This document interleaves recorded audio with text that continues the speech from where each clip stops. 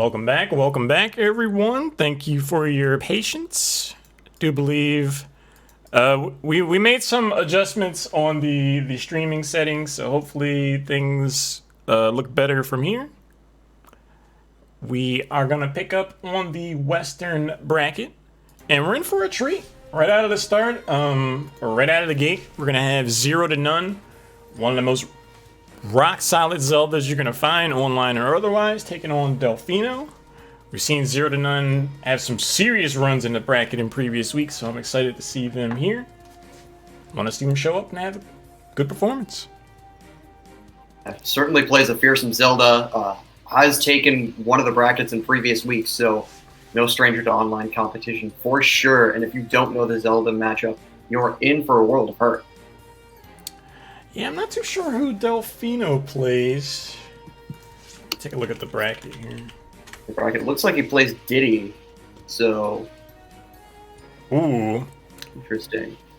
I don't know if I've ever seen that matchup. Zelda versus Diddy Kong? Huh. There's some Diddy on stream a couple weeks ago, wasn't there? Was it Delfino? Didn't Aaron enter one of these or something? He might have. I think so. I mean, we see a lot of really good players run through here. I honestly can't say I remember for sure offhand one way or the other. Absolutely. And that's the advantage of some of these Wi-Fi tournaments. You're going to get access to characters into matchups that you wouldn't necessarily have in region.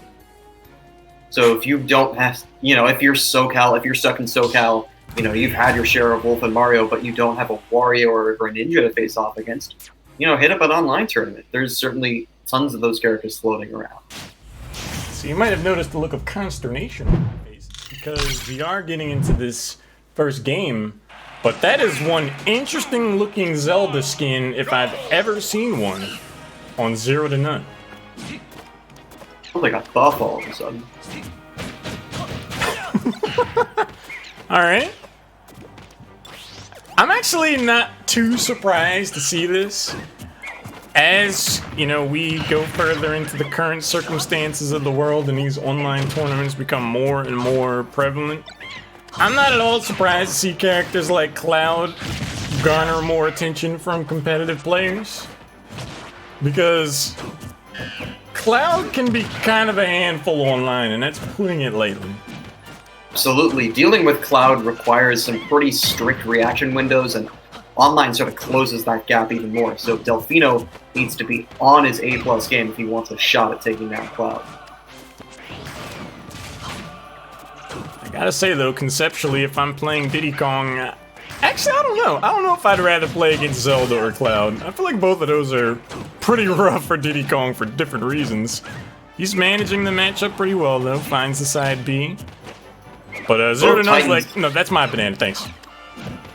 They are both Titans in their own right. One zones you out, the other forces you to keep your safe distance. Diddy Kong being a lighter character. It's gonna... That monkey flip nearly into the cross line. Almost found out what it was like. Up smash, not gonna get punished. Spot dodge in time. Right idea from 0 to None, just off on the spacing. Good up tilt. It is going to be caught by the dash attack. Wow. 0 to None ran up. He said 4. I'm going to name your tag Golf. Get out the driver for that. Yo, if 0 to None lands an up smash on Diddy Kong, he better be yelling 4. I will actually be upset otherwise.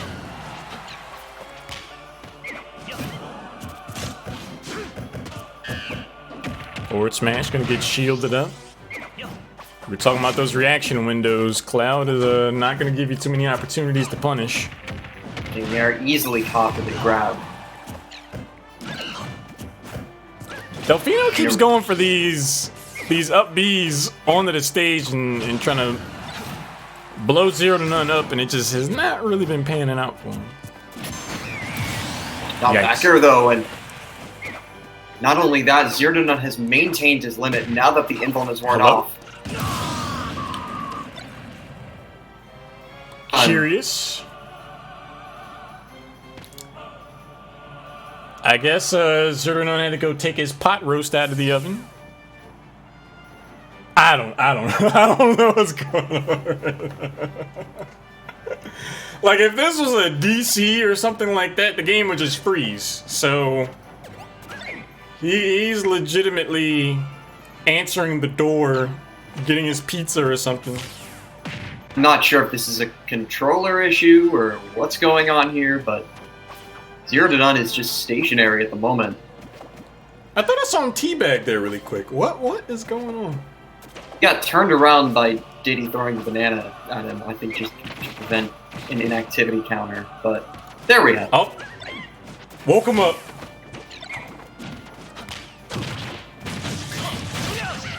T-posing to assert dominance, but now we're back into Super Smash Bros. Ultimate for the Nintendo Switch. Hey, Bronk, it's made by the good folks over there at Nintendo.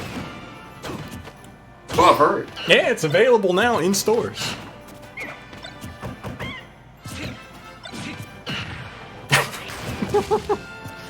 To the barrels, cross slash thrown out in the wrong direction.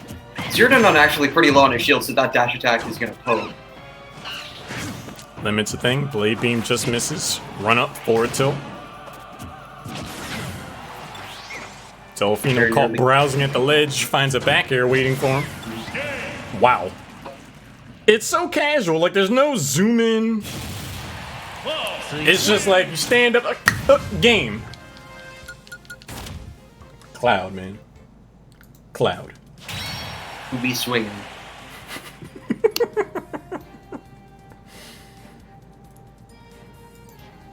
He most certainly do. Now, I've only ever seen Zero to None play Zelda. And, you know, Cloud is a pretty straightforward character, so, you know, it's not necessarily like, oh, once you put a few weeks into the character, then you'll do alright. Like, he's kind of a good out-of-the-box kind of character. But I'd say Zero to None was playing Cloud with a level of proficiency that says, like, this isn't exactly a new venture for him. Seemed to be pretty seasoned. Cloud isn't the most difficult character to pick up, per se, but, you know, Zero to None was pulling off some really veteran moves. Something you're sort of used to with Zelda, going back and fade back cross slash in the same manner that you might fade back F smash with Zelda, or using Blade Beam in the same way with limit activated that you might use a Phantom. Different timings, but the same idea. Yeah, it was impressive to see, because, I mean, if Zelda's at one end of the spectrum in terms of character playstyle, Cloud has to be resting firmly near the opposite end. So, to kind of shift gears and go from a character that's more setup based. But apparently, we're just trying characters out now. Apparently, we're just... It's like it's just a day of experimentation for Zero to None. I mean, we saw King DDD tonight. It's true, anything can happen. Against the player that I wouldn't play King DDD against people we've been seeing tonight. But game number 2, Delfino off to a better start? Question mark? Dodge around, find that grab, but just out of range for fair. Down tilt. Or No DI from Delfino. Spooky now, moment. but that down throw dash attack is just going to be extended.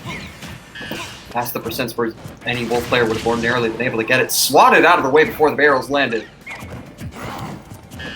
I like the hijinks and shenanigans that the up B can bring for Diddy Kong, but to have it be such a consistent staple to just first passes at offense, it doesn't look to be that potent. Yeah, like many other moves that have, you know, that amount of setup necessary, you'd think it's best used as a mix-up. But the amount of times that both Delfino and other Diddy Kongs we've seen go for it looks like they're attempting to rely on it more than I think otherwise. Yeah, I mean, he's using it like it's neutral air at this point. Hasn't picked up the first stock just yet. I mean, at this point, Postmates has more stocks in this set than...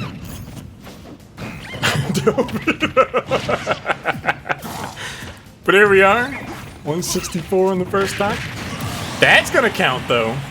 Have some potassium and a knuckle sandwich. There, Miss Tech! You being a wolf man, you know what happens when someone misses techs around here.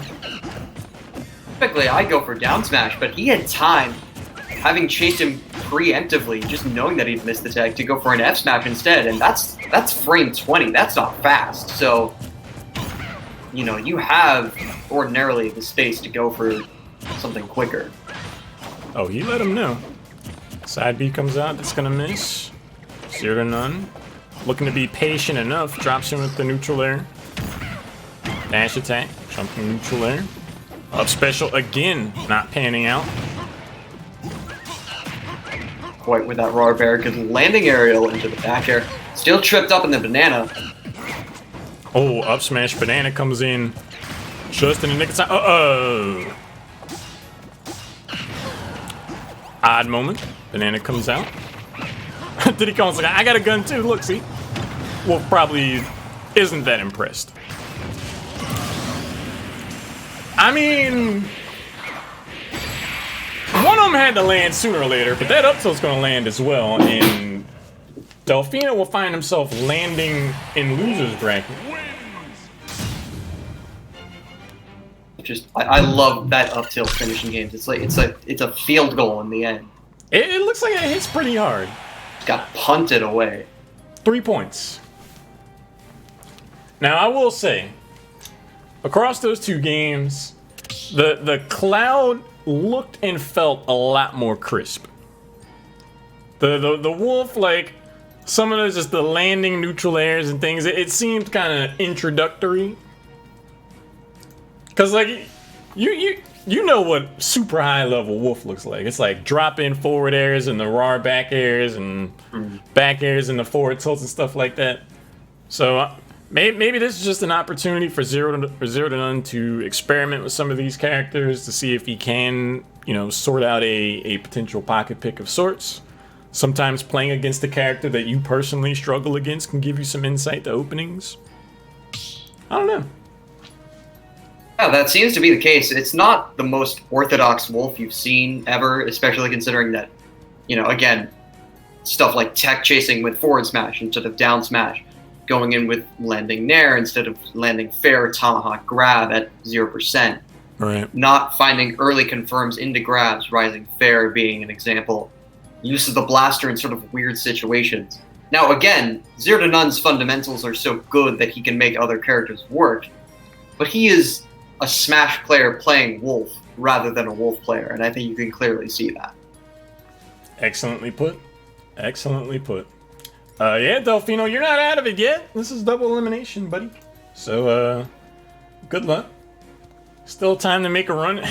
Hey, Skittles, who made it the grand finals in the Eastern bracket, dropped down the losers at a round 2. Did all right for themselves, so keep playing the video game. Zero to None will advance on to Sakai, who looks to have been playing Rob.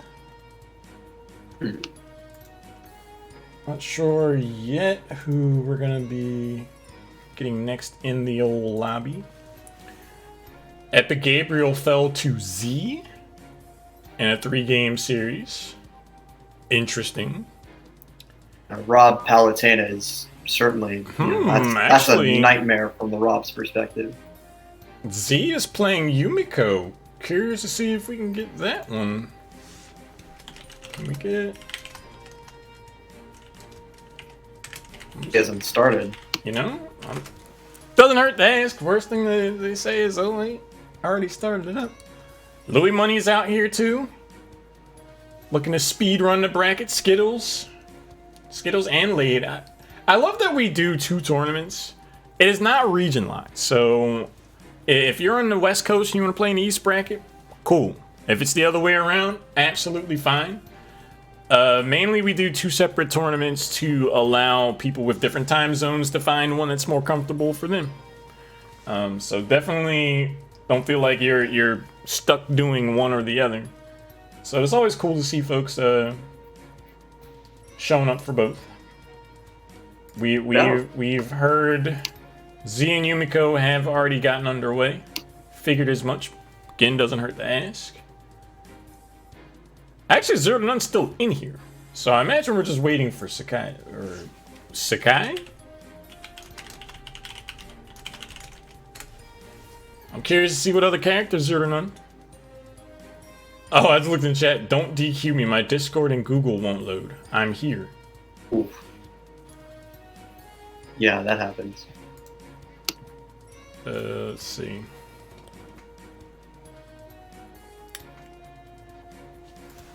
Alpha on the case. Sweet. I was gonna try to do that myself. Thank you, Alpha. Thanks to everyone helping make this run smoothly behind the scenes. Makes our jobs super easy. Just get to talk about the video game.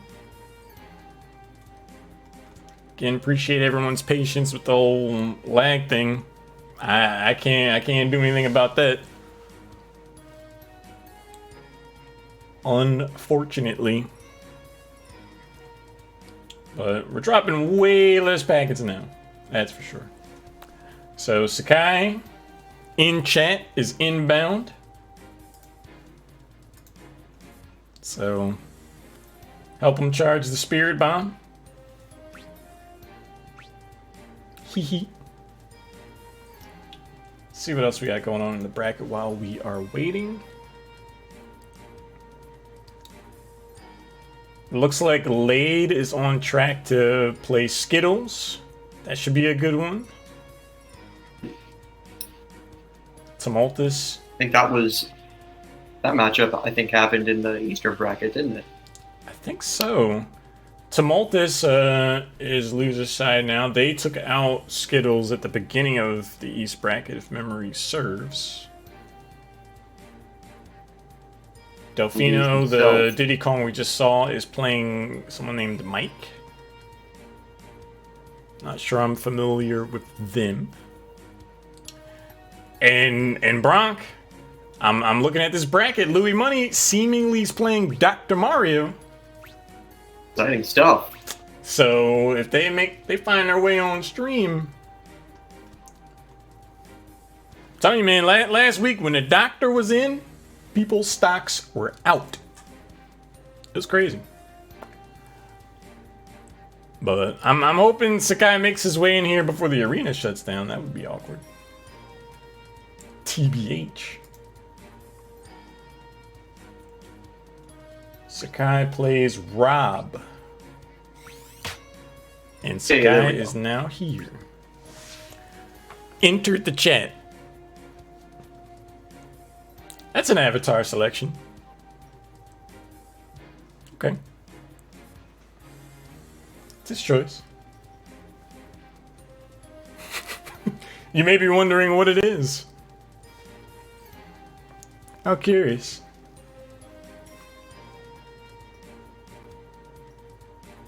So I wonder what stage. So it's hard to even say this is going to be Zelda versus Rob because Zero to None apparently is going on a world tour with these characters. We've seen him play Cloud and Wolf. I feel like both of those aren't going to be too tripped up over Rob. What is it indeed, Connor? Who knows? Both making their selections, so I don't think it's gonna be Wolf. No judgment here, Connor. Yeah.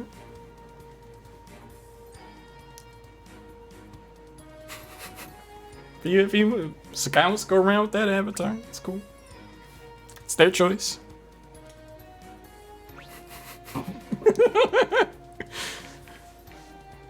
Yeah, I'll end this.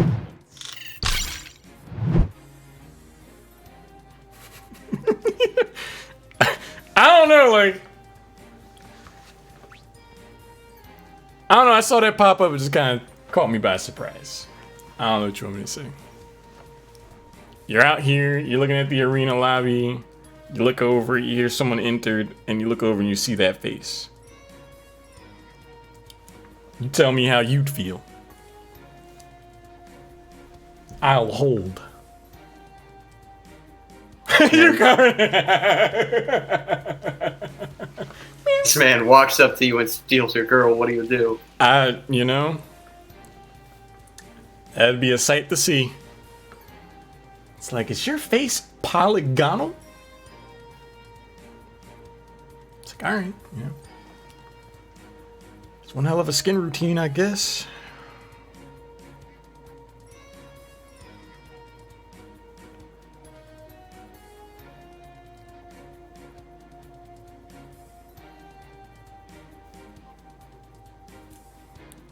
They're taking a long, like, the stage is right there. The stage is right there. I don't know. I am becoming increasingly worried that they're both gonna move into the arena, and at that moment it will shut down due to inactivity. Hoping that the chat messages keep it up. I don't know. I mean, I guess we'll find out if that counts. Bronk and I took the liberty of starting the game up and running off the stage just to kind of reset things, but that was a little bit ago. Okay. No messing about here. The Zelda's coming out. Okay. I was actually hoping to see this just because it seems like it'd be a really weird matchup. Bronk, quick question. Do you know if Rotor Arm reflects the night? Rotor does reflect projectiles, so it should. That would be very interesting to see. Alright. Might be in for a wild ride here.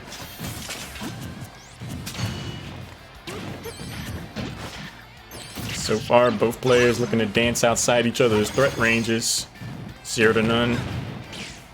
Trying to break social distancing guidelines. Has the gyro in hand. A step from Sakai as they shoot off the gyro in the wrong direction. Not too many Zeldas have to deal with that. Character just floating up off to the side and throwing something in like that. Tried to hit him with the mule kick out of shield. Oh, Sakai throwing out some options. Ooh. You can see the adjustment 0 to none's already trying to make in the edge guarding, jumping off, looking to throw down the gyro. Does reflect the laser.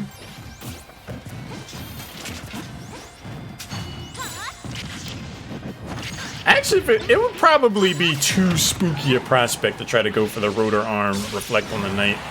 Forward air clear across the stage. That strong hit, pretty strong. I mean, you'd likely need to go for a full charge, and is 0 to none already getting 54% down throw, lightning kick, up air. Sakai is not afraid to press buttons on their controller. It's the grab, but finds the down smash afterwards.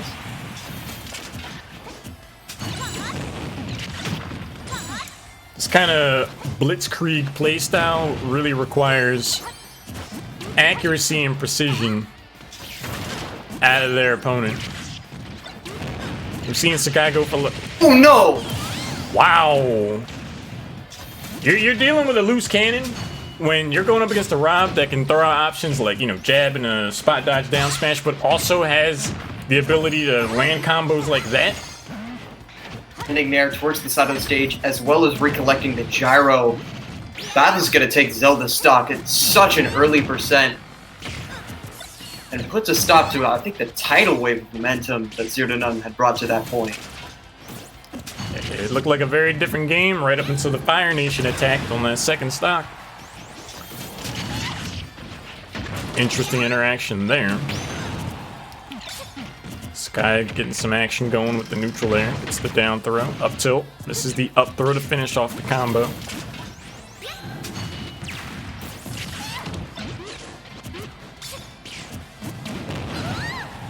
Sakai throws it out. Again, knowing it's covering space. Oh!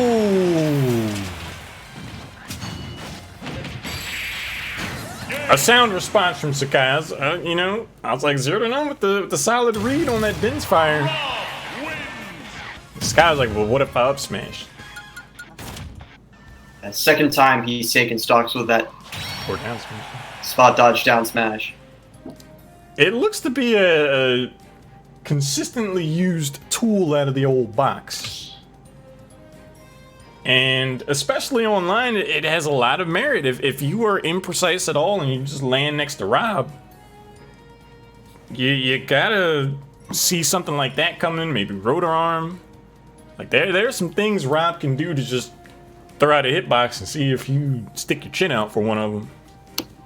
But at the same time, the way he cleanly took that second stock, Sakai knows how to be on point when he wants to be, that's for sure. That's true.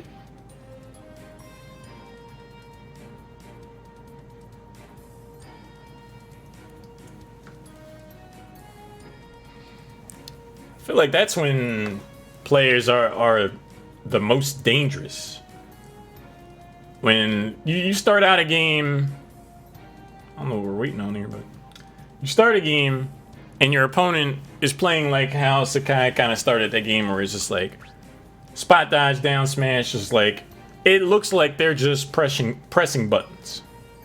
It looks like they're mashing, and you're like, okay, it's gonna be that type of game, and you start to make those adjustments, but then out of nowhere they're comboing you off of items and rotor arming you at 50% off stage, and you're like, oh, okay, it's that kind of game too.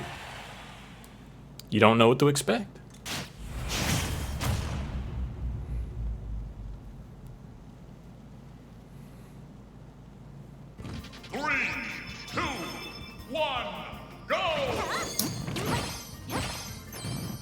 Quick change to Smashville. I guess there Pay was for kind 0 of to none. I guess there was a subtext of 0 to none having a hard time just kind of nailing Sakai down. But I think there are a lot of pros and cons to actively going to Smashville. Less stage to escape from if you're Sakai. Especially knowing that, those higher top, those high sort of side blast zones, not the highest top blast zones, excuse me, but secondary, if you're having a tough time landing, as Smashville might present you with. These potential strong forward and back airs from Zelda are going to have more of an impact in this game, I can tell you that.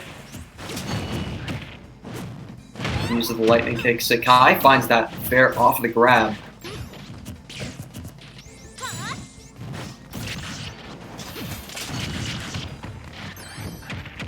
Up tilt just misses.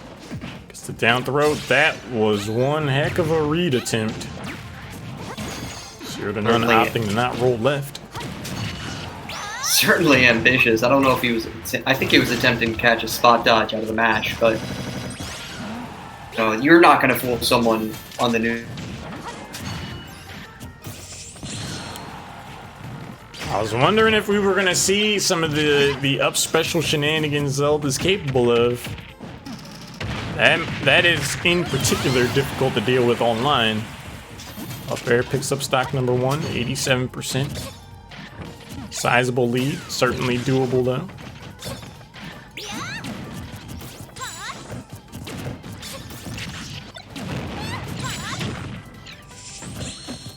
Woo! Gotta be real confident to go for those up Bs at those angles. Lightning kick, just enough shield stun to avoid the grab. This time Sakai wises up, attempts the fair as the punish second time and succeeds. Yeah, with this shield that low, he needed to back off because another one of those would have definitely found their way through. This guy gets around the Dense Fire. I've been there before. Drop in neutral there. We'll connect. Back air gives him the spacing. Zoning game starting to set itself up. Up special misses. Sets up the down throw.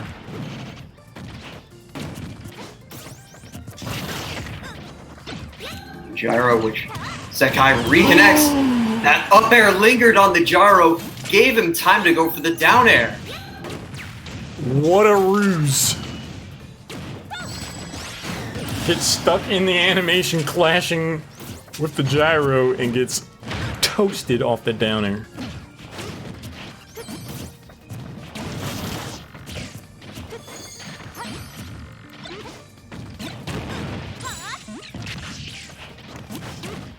Angles the laser high, so that will miss. Gyro goes out. Sky jumps over the knight. Gets the yoink out of the sky. Correct in the DI, so only the weak hit of the lightning kick.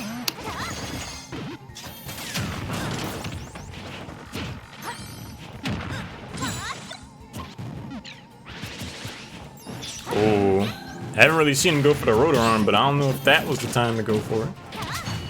Up air just misses. Gets a grab, down throw. Tilt, out of the way of that. Yeah, at this point, Sakai almost would be better off waiting for the air dodge and punishing that. Oh! Dude, on those raw back airs, sometimes you just see it coming a mile out.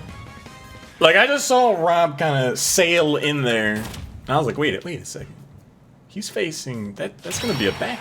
Wait a second.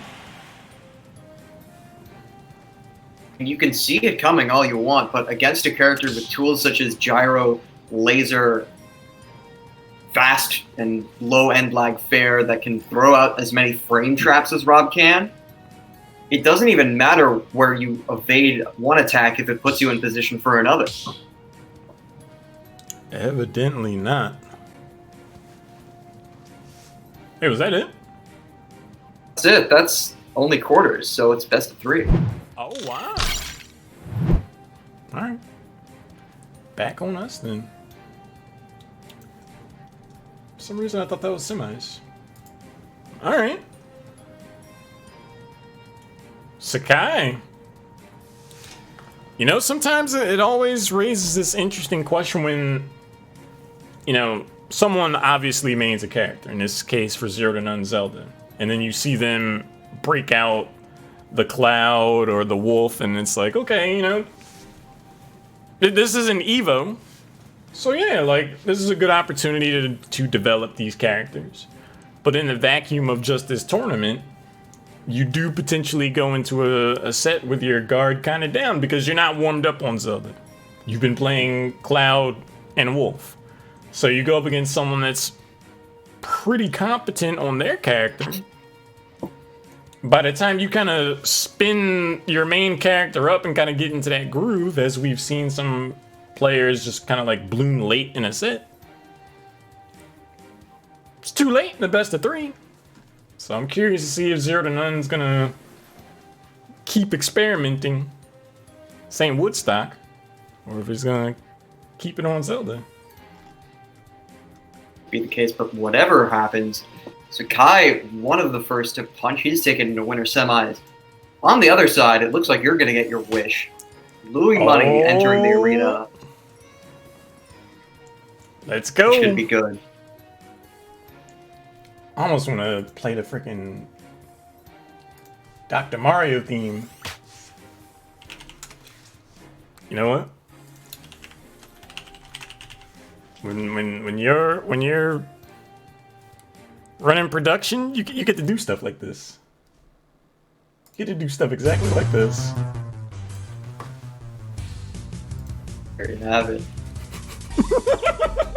Hopefully it isn't preemptive anymore. Now if he switches over and he's playing Fox or something, I'm gonna be salty AF. I'm just putting it out there. Alright, good. He is playing Dr. Mario. Alright, cool. Alright. Sorry, guys. It was bigger than me. Is in. I had to do that. I had to do that.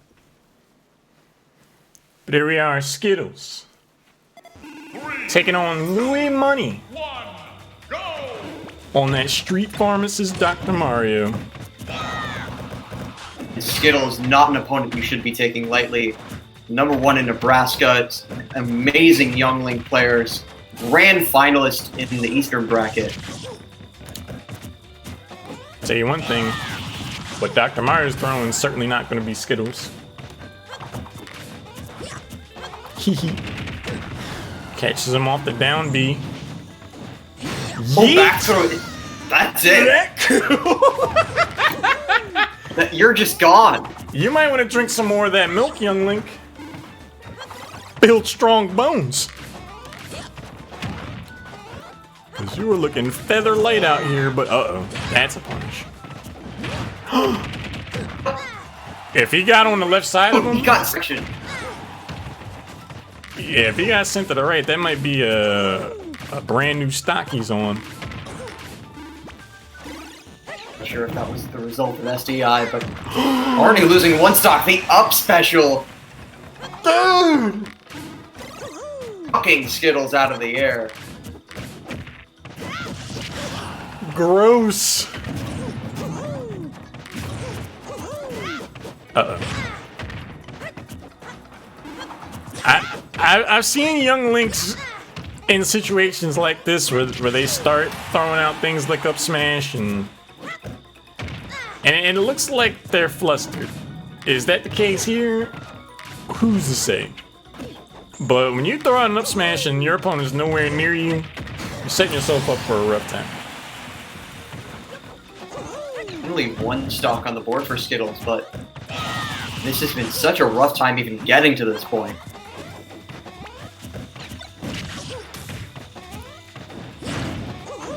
Empty hopping and a grab. His bomb may have actually saved him there. Yeah, that vertical game's gonna be a liability for sure. You saw Louis Money try to drop in with a neutral air. That ain't gonna work against young Links up there.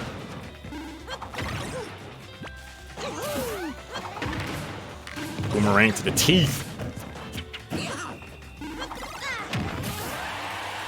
Up special.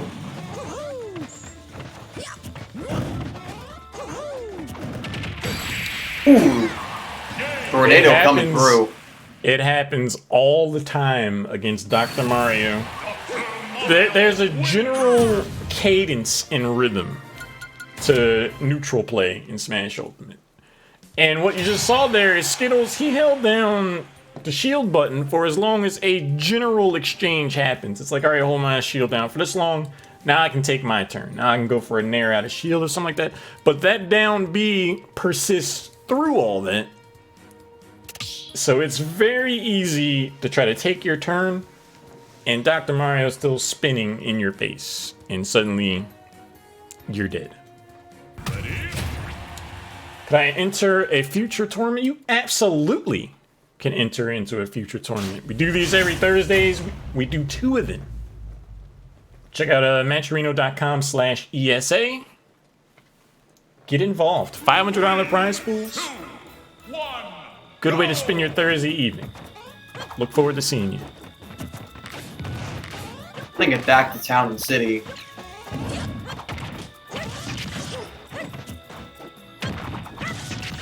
Reverses the rang. Well, maybe we'll catch you on stream then.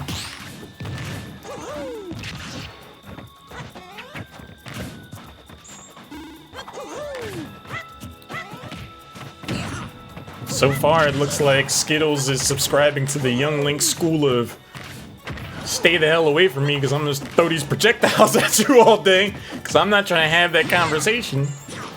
Louis Money's still able to find their way in there.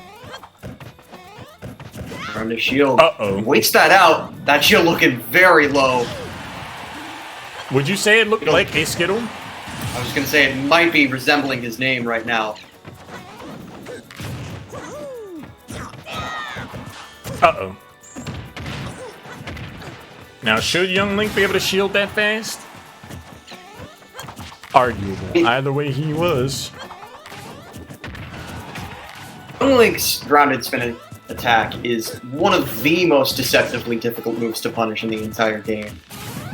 I think a lot of people aren't necessarily aware that it's very, it's, I think, minus in the single digits.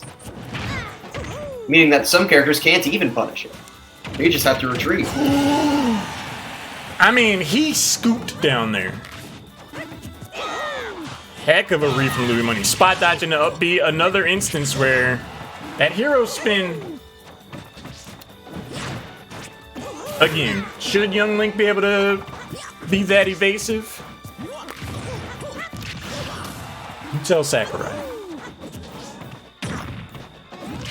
And Max Ranger cannot be shield grabbed, so cannot be shield grabbed by Doc, I should say. So you do need to just keep your distance, prepare for the whiff punish, but prepare for some of those conversions as well from Skittles.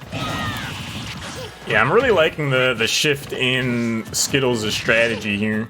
He's definitely relying on projectiles more to initiate, and also to stuff out the advance from Louis Money. Like, that last stock was Louis Money trying to run up, takes a arrow to the face. Grab. Gets missed. Down tilt. Neutral air. Oh, follow up off the platform. Nice. Oh, that would have been it for Doc had that spin attack connected. Did he dunk? Oh, he almost got yoinked into oblivion there. Uh-oh. With the arrow, almost drifted into the third swing. The set on this guy to drop in with a neutral air against what very likely was going to be that up smash. Oh!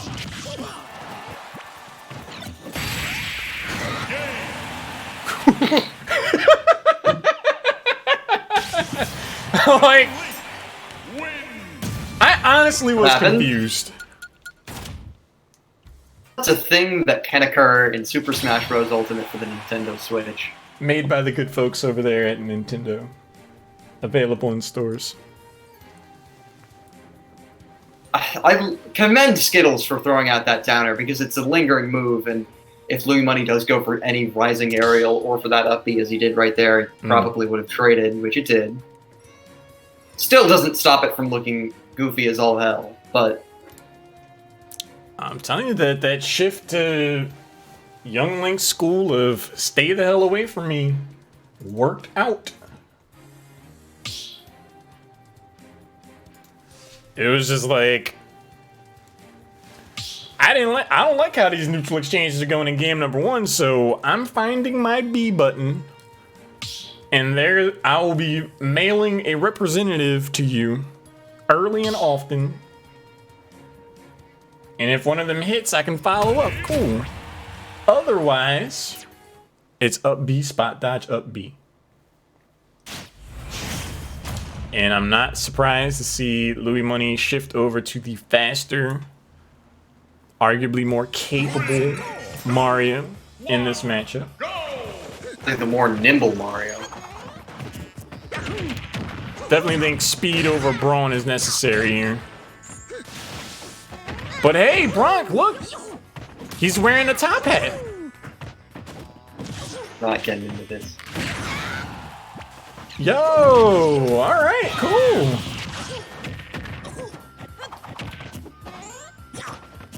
For those who don't know, Bronk's a huge fan of wearing a top hat, a vest with no shirt, and sweatpants.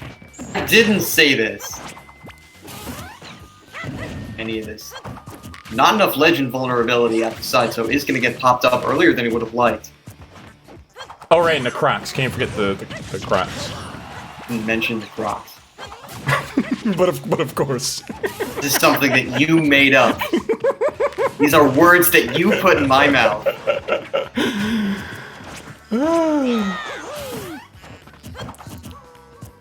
The switch over to Mario does seem to be working out for Louis Money.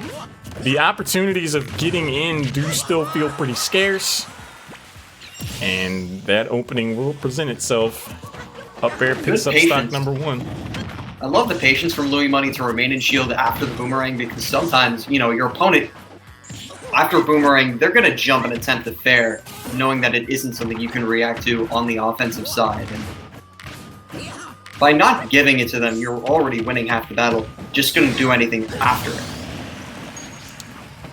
I was like, oh, Dr. Mario, that's for sure a back throw yeet, but I wasn't confident that Mario would be able to get that. Turns out he is.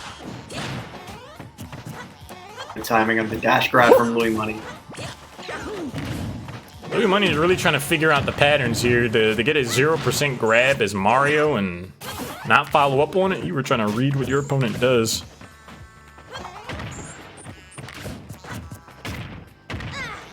Love airs. Oh, back air gets to that neutral air. You can keep that. You can tell Louis Money's starting to warm up now. Skittles does not want to see game 3. Louis Money's starting to look like activated Skynet right now. That tether grab with a fireball, but had enough to make it back. Louis Money. Uh-oh.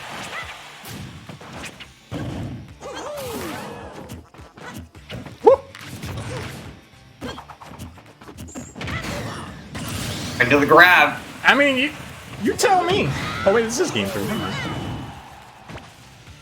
Just one too many neutral get-ups. Oh my goodness! Louis Money had that. He rolled around perfectly set up for the grab, and the bomb. Just a bit of plot armor for Skittles.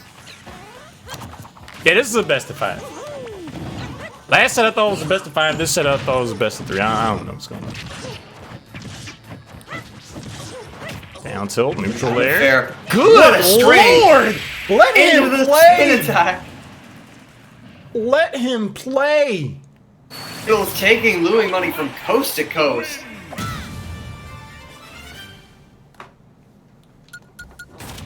That whole exchange looked rough. How is there a $500 prize pot? Well, there's $1,000 on the line every Thursday evening. Each tournament on the East and West side have their own $500 prize pool. Esports Arena wants to give back to the community in these trying times. People are clamoring for competitive Smash, both to watch and to play. Locals aren't really a thing right now, given the current climate. We all love gaming. We're all competitors. We want to see people compete.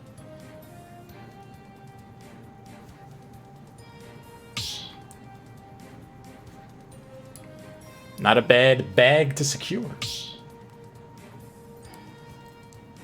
Does he still have securing the bag in his Twitter bio? I'm sure he does. It's the latest dance craze sweeping the nation. Okay.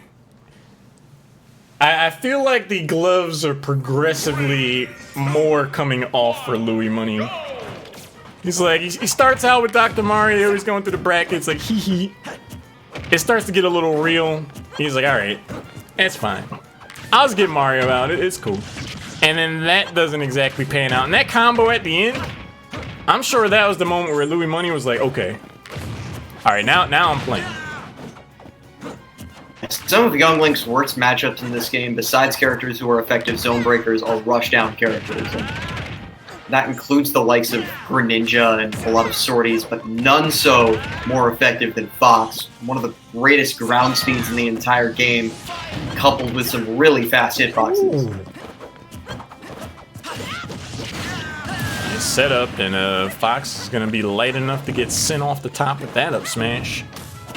No fly zone. Star Fox.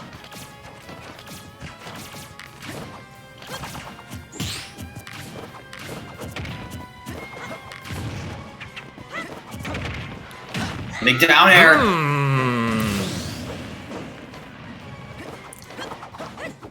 Down air and up smash. Cheeky confirm. Down tilt looks to get the party started. Skittles answers back. Whoo.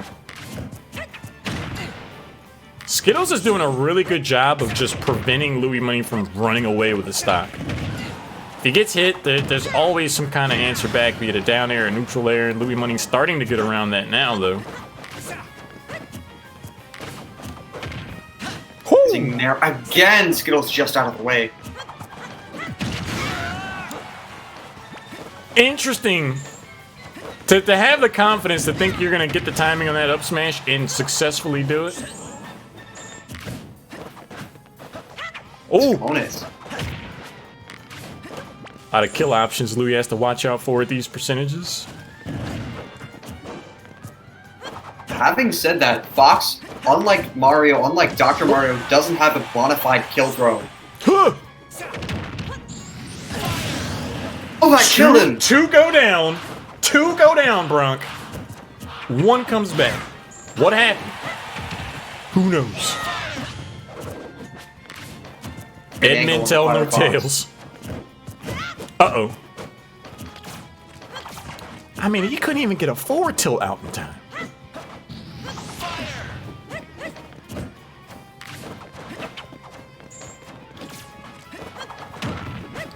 Drop in neutral there, up smash, reliable option, gets punished this time into the dash attack, up tilt.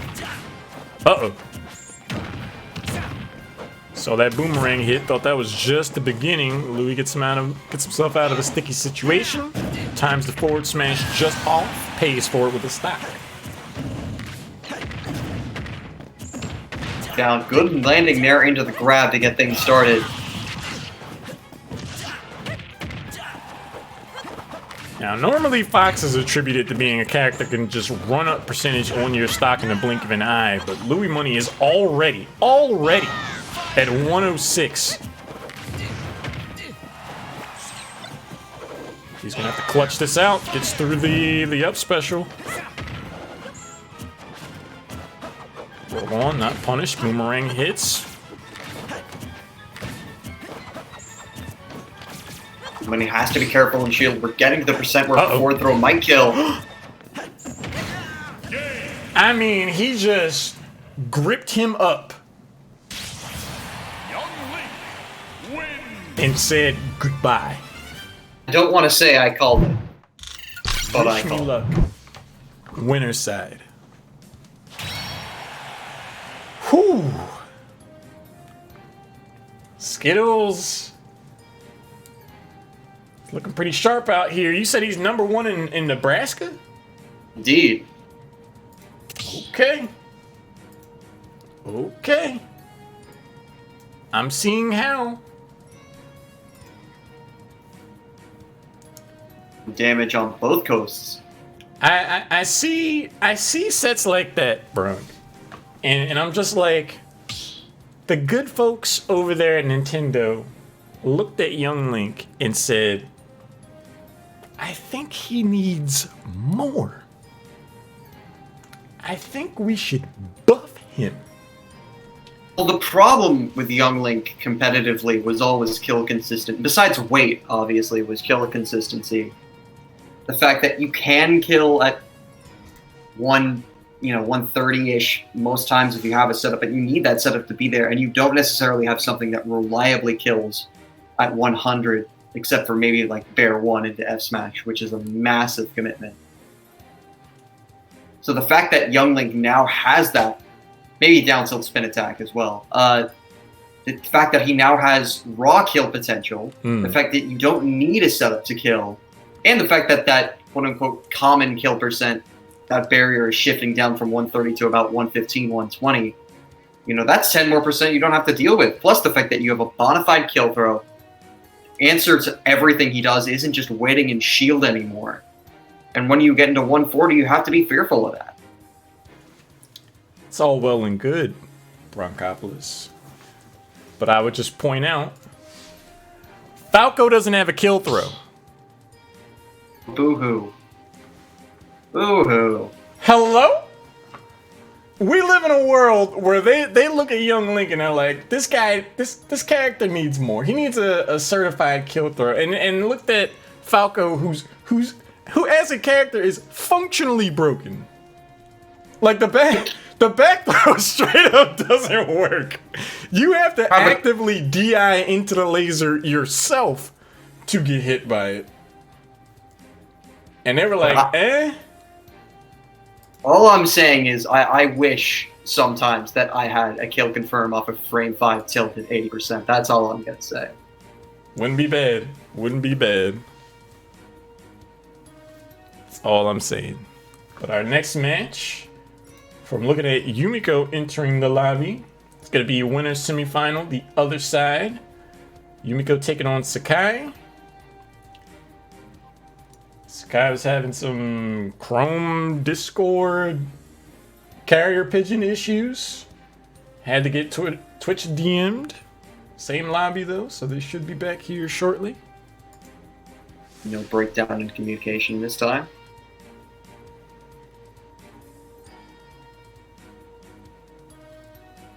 Rip Dr. Mario, man.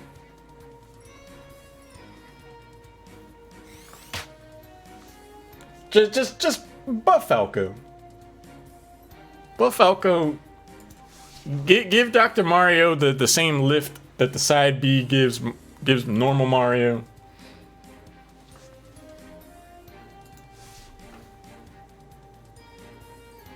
Please. That's all I'm saying. I'll get off my soapbox. I'm finally in a game where I am maining a top tier, and I could not be more proud of it. It feels decent. I will say that. Why? Like, who are you playing in Smash 4? Toon Link. Yikes. Could have been worse, but... Oh, Muppet Link? How come you don't play Muppet Link in Ultimate? He's not bad. Day one, I sort of took a look at Young Link, and I decided, this is sort of the character I thought I wanted to play Toon Link, like, the whole time. Mm. So I dropped him day one, and then when Young Link was, my main, and opponents were consistently living to 170, and, like, I'd rather just press down smash and win, so... Yo, imagine getting your opponent to 170, but you don't have a kill throw. I still keep Young Link around as a secondary, and I maintain that they cover each other's weaknesses pretty well. I think combined Young Link and Wolf, you have you have a minus 0.5, or you have a slightly losing or better matchup against the entire cast except for Shoal. I can see Shoal. I was gonna say, Pikachu might be some... Oh, Young Link deals with him. He has some low hitboxes. It's fair. There we go. Winners semifinals. Best of 5 affair between Yumiko and Sakai. And Yumiko seemingly dropping the Donkey Kong King DDD gambit and going straight to the real.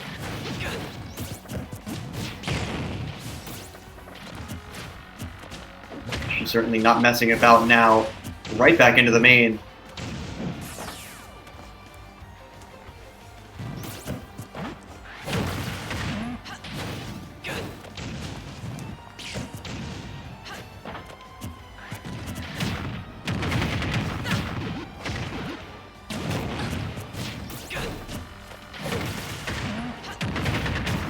Again with some of these witch twists. Sakai has to be patient here. As Rob against the Bayonetta, you know what you're signing yourself up for. Your turns will be few and somewhat far between.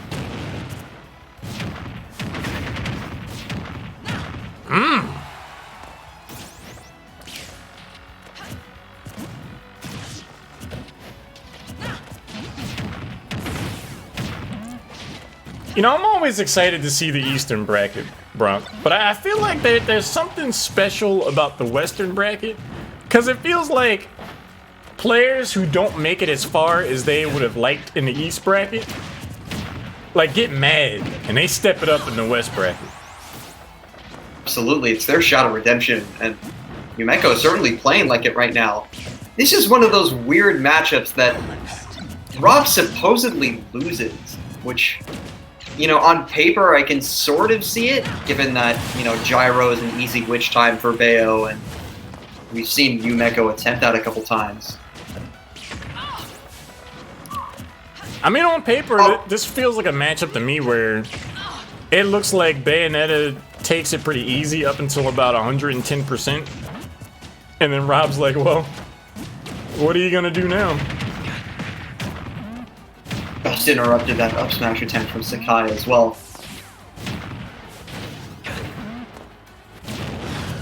But Yumiko is one of the best Bayonettas I've ever seen in terms of consistently finding kill options, so She may be able to buck that trend.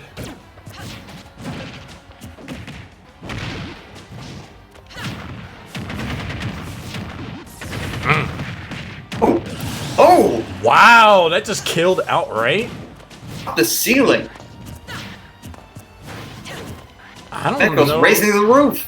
Right? I don't know if that was a DI thing. I think they were just straight up dead. Wow.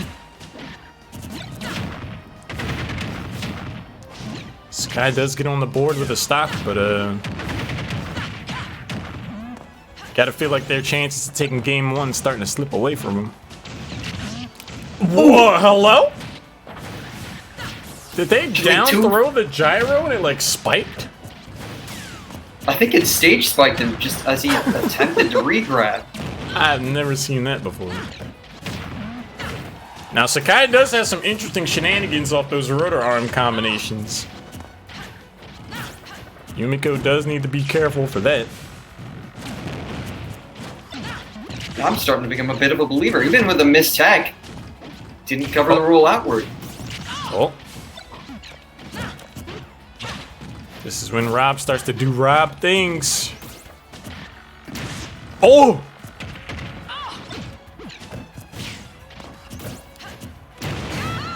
Okay. This is where Bayonetta can struggle. It's real, it's all fun and games getting them up to 133.8.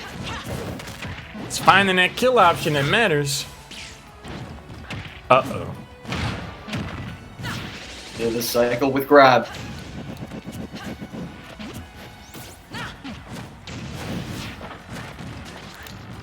And the winds of... Oh, that's cheeky. That's ingenious, actually. Using the gyro to trigger the witch time? It's an active hitbox. That might turn a staple of Rob's offense into an egregious liability here.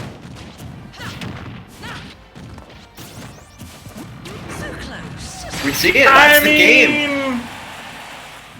Yumiko, Can't just leave that lying around. her brain is expanding. Can we get some six heads in the chat?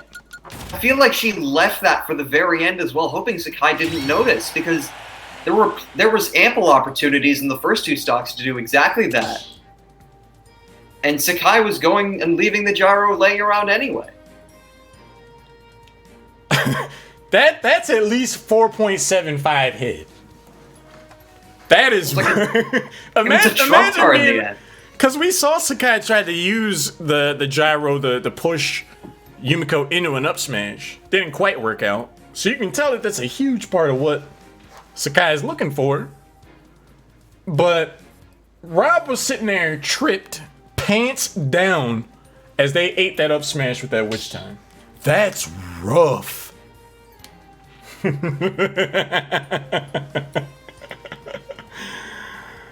The plot thickens.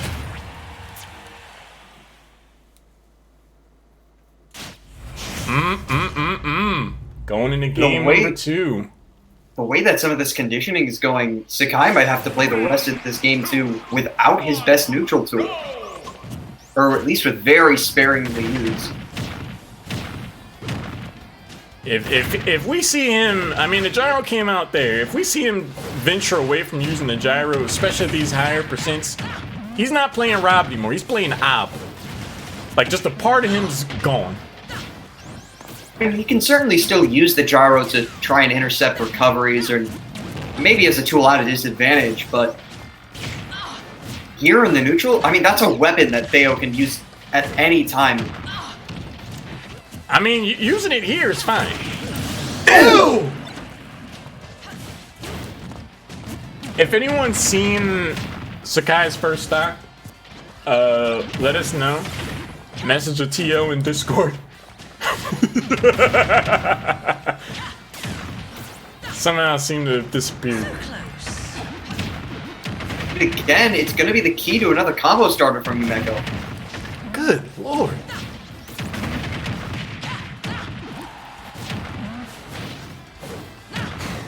Oh my Here, that's the god!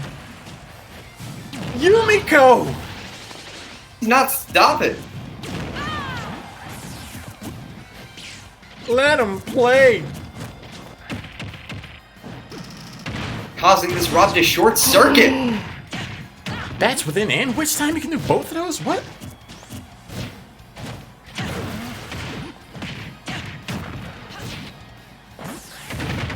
Yumiko's out here seeing beyond the looking glass right now. Carries that backer as well, giving a lot of frame advantage.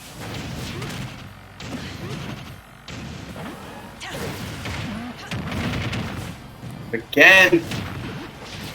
Good lord. Uh-oh. I was waiting. I was like, I expect to see this down air. You got 2 whole stocks to play with. There's a time to be cheeky. Oh, he's out of it. He didn't have the recovery.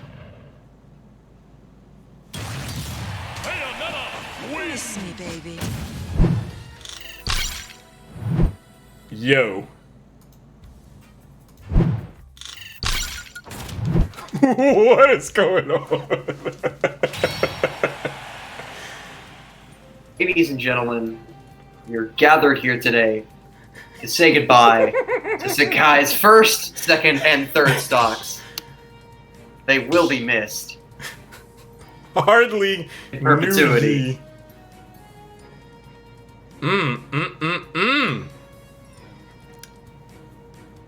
That felt like a definitive game. Like if I main any other character and I'm Sakai, I'm exploring the possibility of playing that character.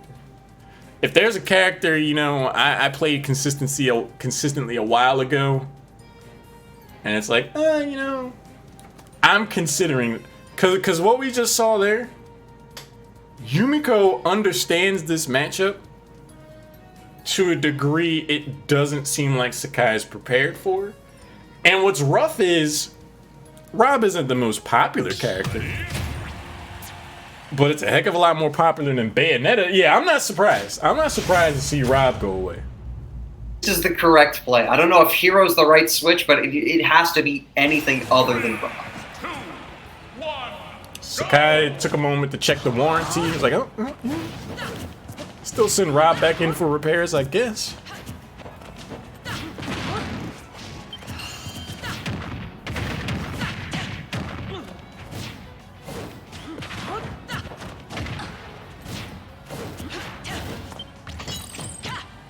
Uh-oh. Uh-oh. What are we looking at? Oh no. You tell Sakai mains another character. Oh man.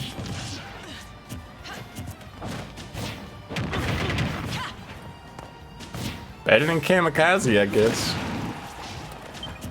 I do think these what's it called? Kazat?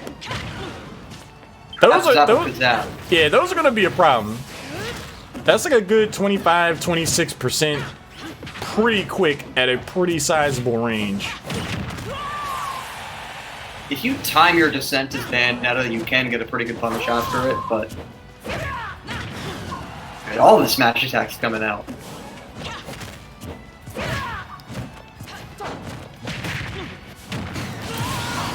Falco, is that you? Cool. I legitimately have I have not seen another Bayonetta in Ultimate go for up tilt back air and land it like that as much as Yumiko does. Oh, drops right into that up smash. That though. looked very uncomfortable to land on. I'm just gonna put that out there. Uh-oh. Could have been worse.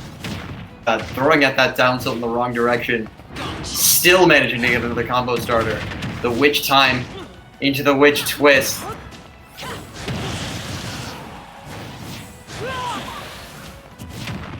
The guy running low on MP.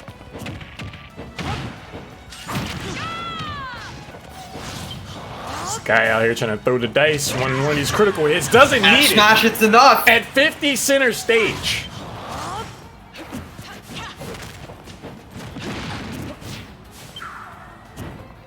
Beautiful gambit from Sakai. Runs right into the up smash though after that aerial was nowhere close. How about a magic trick? Hocus Pocus. That Hocus Pocus Gambling takes hard away out all here. of his MP. Have to do it with his normals now. Mr. Grab is gonna get punished. Sakai in the blender right now. And for all the shenanigans, it's a pretty even game right now. Tackle slash off the mark. I feel like this is when Yumiko really needs to put the pressure on when the MP is low.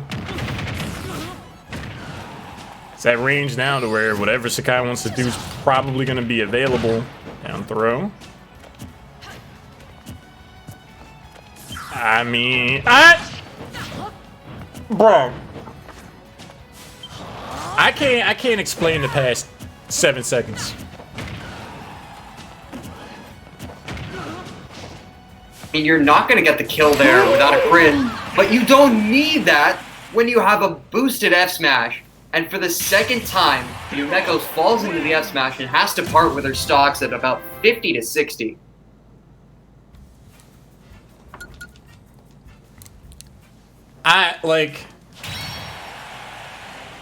Just random, like, maybe not random, but that's tough to be center stage and eat a non-critical forward smash and die. The second stock was like legit at 50% center stage, like in the Pokeball. This is the Bayo that beat Zero? That I don't know. But what I can say is, Yumiko is the first Bayonetta player I've seen that would make me curious to try Bayonetta. You could stop after first Bayonetta player I've seen. She Not makes common it character. look real stylish. And I stand by the observation that I have not seen any other Bayonetta in competitive Smash or Smash at all go for up tilt back air to the level of efficiency that Yumiko seems to pull out week in and week out. In all seriousness, Bayo can put in work if you don't know what you're doing against them, but if you just drift into 2 F smashes, you're going to have a tough time no matter who you play. Huh?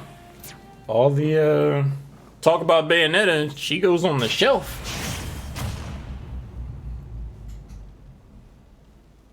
3, 2, 1, go! Yumiko said, okay.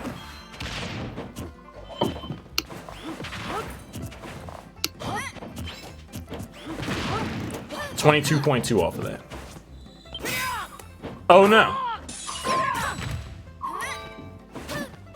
Interesting counter there. Surprised that didn't hit. Reports back almost into the thwack, but pulled out the shield in time. Dude, my heart skipped a beat.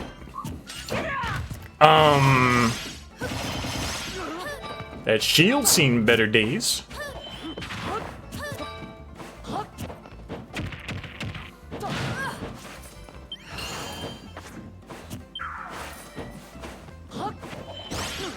I wonder, does bounce reflect explosive flame? Yes. There you see. Question answered. The more you know.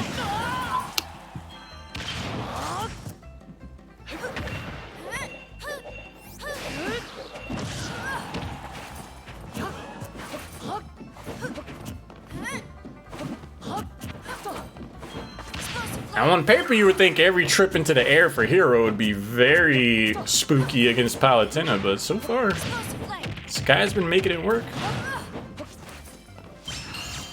Uh-oh.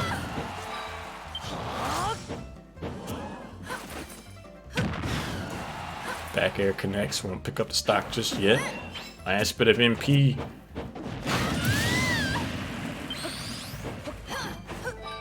Just a straight up yeet.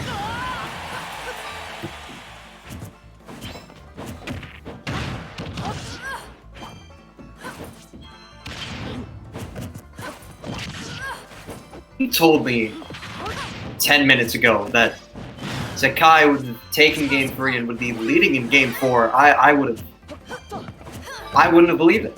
But I think what we're seeing here in a large part of why the tone has shifted so much, Yumiko is affording this hero a lot of respect. And when you allow Hero to just kind of do hero things, it can look like this, where it's just kind of like this mid-speed match where the opponent's just kind of standing way outside of like zap range, trying to find a moment in, when no moment's gonna come at that range.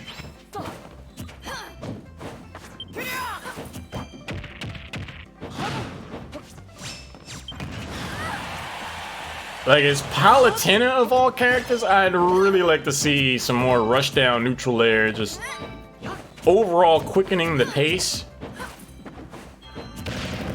and punishing Sakai for ever daring to attempt an aerial against Palutena as Hero. we could be seeing a lot more gung-ho gameplay than we are right now. I mean, just straight yeet. Crap.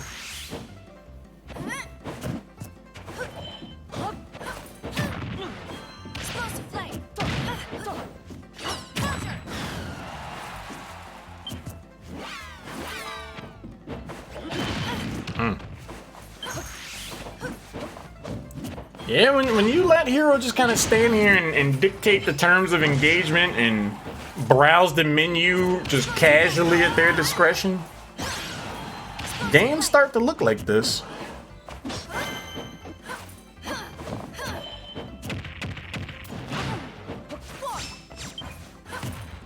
Out of the way of Bang. Down smash. Nice timing on that aerial to get around the hitboxes there. No punish on the up B back to the ledge. Forward tilt. Not enough. Looked like Yumiko was looking for the back throw. Drop down Settles bear for though. the back air. Simple. Woo! Oh. Careful, careful.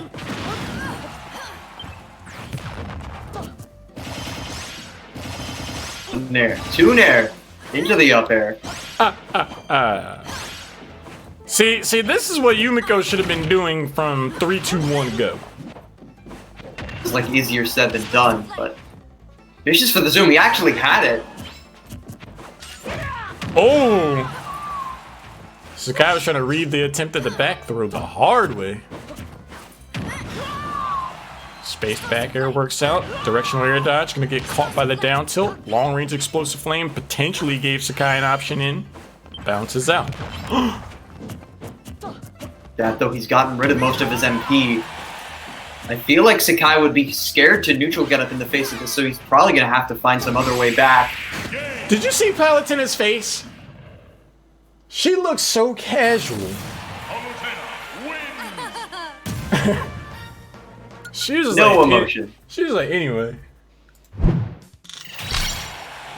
Nothing. Alright, it wasn't the cleanest of landings, but Yumiko was able to stick said landing in a series that would have looked mighty shaky had it gone to game 5. Absolutely. So that's going to prompt Yumeko moving on to winners finals, facing off against Skittles.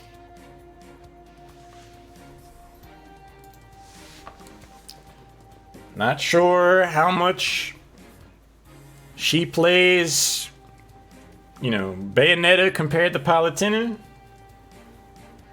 Felt to me like the Bayonetta was considerably more crisp. And against what she's about to face in Skittles, I don't know, but based off of what you've seen so far tonight, Bronk, would you, if you were Yumiko, based on the performances you've seen thus far this evening, would you play Bayonetta or would you play Palutena against Skittles' young Link? Question. Depends how confident you are in your Palutena, because Palutena is a character that can shut young Link down from the word go. We saw Skittles have trouble with Tumultus in the East bracket actually losing another Palutena player. So again, if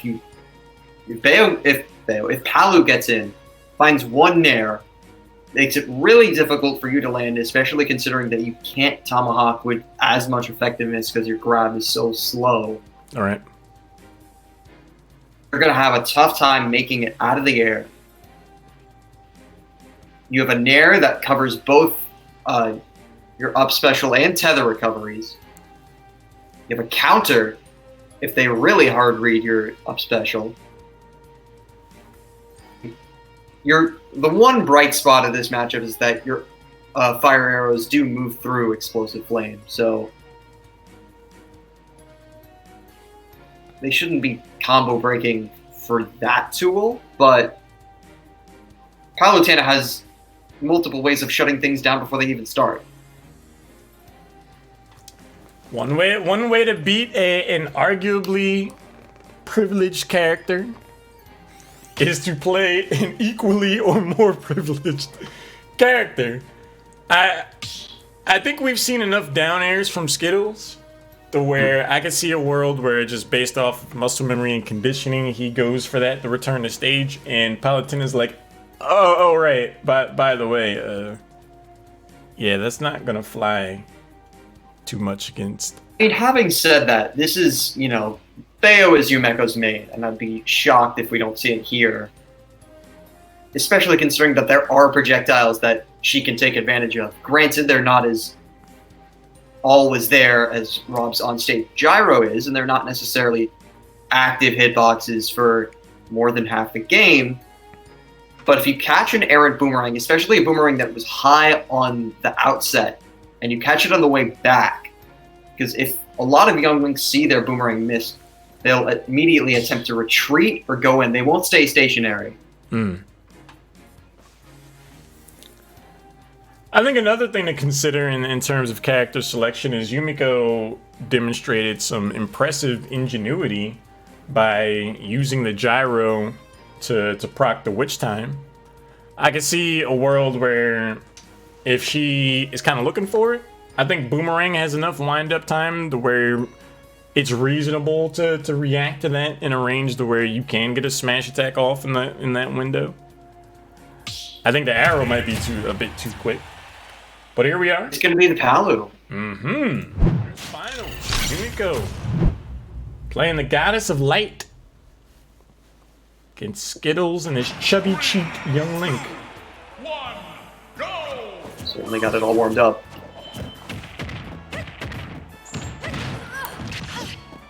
So that's a combo.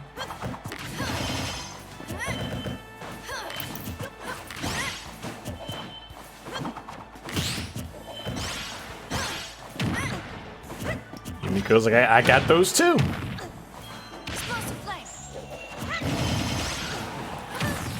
Ooh. What is going on off stage right now?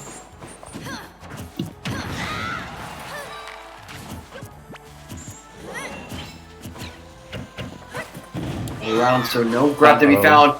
Skittles in no man's land, but able to descend in time. As a spooky moment for certain. Wow. I'm a little shocked that killed.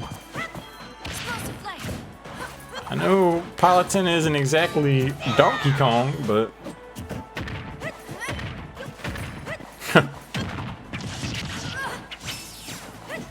Wow. Around it. That's goodbye. Even the bomb not going to save him there. Yumiko with the presence of mind to get that back throw before the bomb could break up the play. Still down a good amount of percent though. We have shown her... She has shown herself to be capable of getting 40-50% off of one exchange though. Uh-oh. She's through it down air.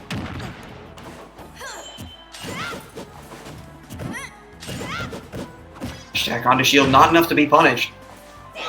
Tries to get the back air just off on that. Explosive Flame comes out.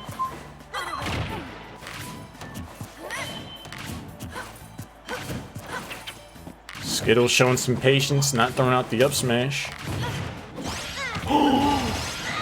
Tech. Risky challenge paying off for Yumiko there.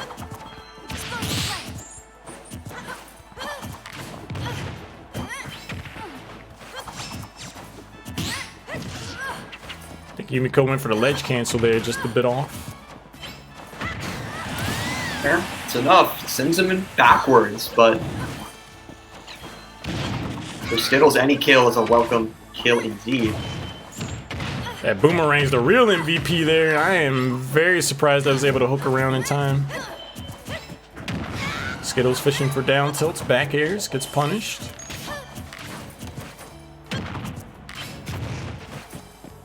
Skittles practicing his archery.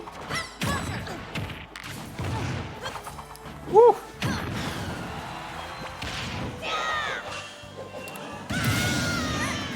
Now you really hate to see that. Maybe. You do. Really haven't been seeing the Nair trains that much out of Yumiko's Palutena. One connects there. Air dodge. Oh, Dodge will not beat that.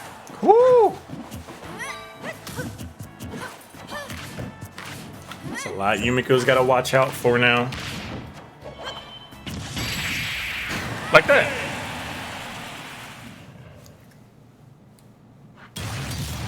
Young Link win.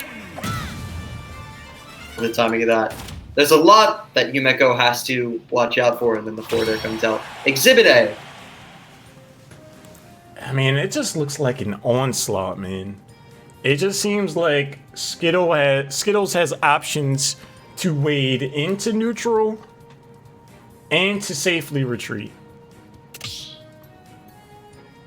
You just have to, like, intercept at every turn. It looks to be very challenging.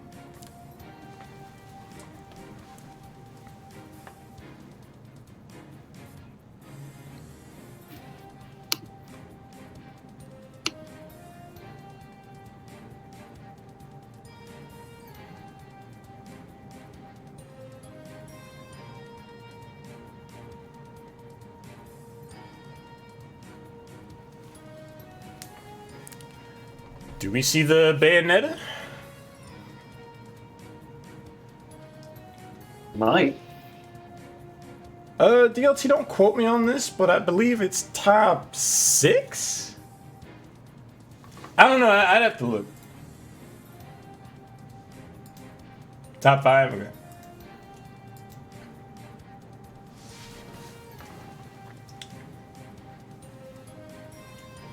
Not a bad slice of a $500 prize pool. We do 2 of them every Thursday night. But I didn't see this coming. I will admit. I really feel like Cloud. Now this just may be me delving a bit too far into the psychology of competitive players online. But I feel like this uptick in Cloud play that we're seeing is just them saying like, all right, well, this is turning into like a 4-hit kind of matchup. I don't feel like doing all this. I'm just gonna play Cloud. To say, Cola did it, I can do it too. Yeah, it's just like Cloud is an all-purpose Swiss Army knife of a character that just is really good at a lot of things. And while Cloud's recovery is certainly exploitable, it's not so exploitable that he's not a valid character.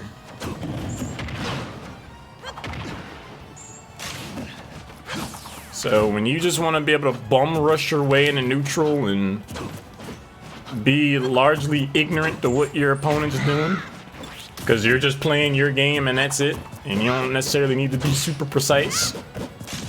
Even off the parry, wasn't able to punish that with up smash. Great Wild. spacing from Yumiko.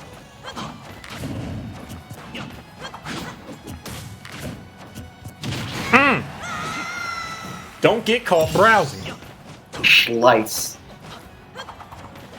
You will catch the Kimbo.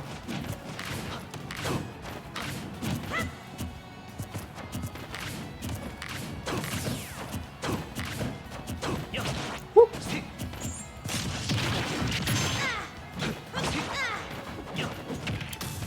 The more I'm looking at this, the more I'm really seeing why Yumiko went for Cloud. Because there have been a lot of instances where Skittles has gotten out of bad situations with an up special or an up smash out of shield. And Cloud just kind of... Cloud pretty much has a Shoryuken in his own up special. Wasn't aware she had a Cloud, but evidently it's working here. Attempted that fair.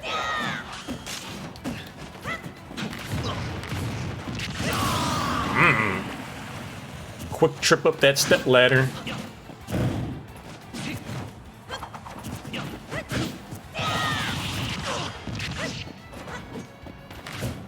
Spin attack into up air, that's a quick 30. Oh. Gets caught in the pinky toe with that one arrow.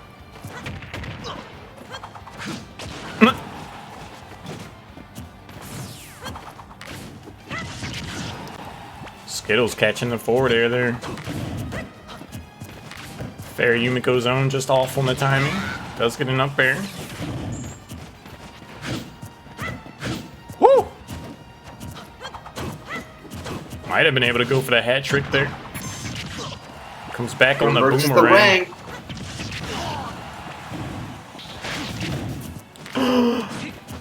That's right.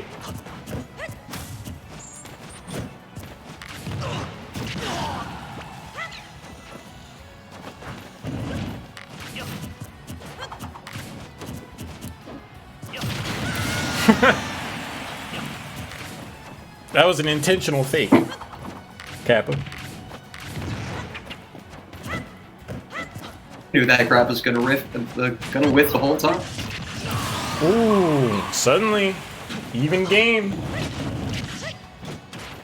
Skittles looking for the big advantage in his best of 5. Yumiko looking to even things up.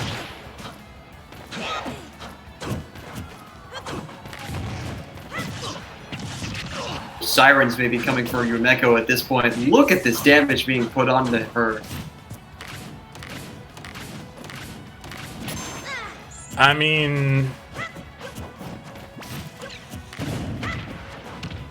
Skittles is out here playing Robin Hood right now.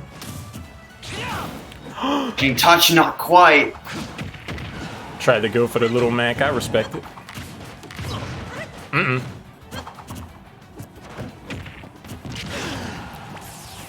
Just gets glanced by the friggin' boomerang on the way back. Dude, these boomerangs have been very inopportune for Yumiko.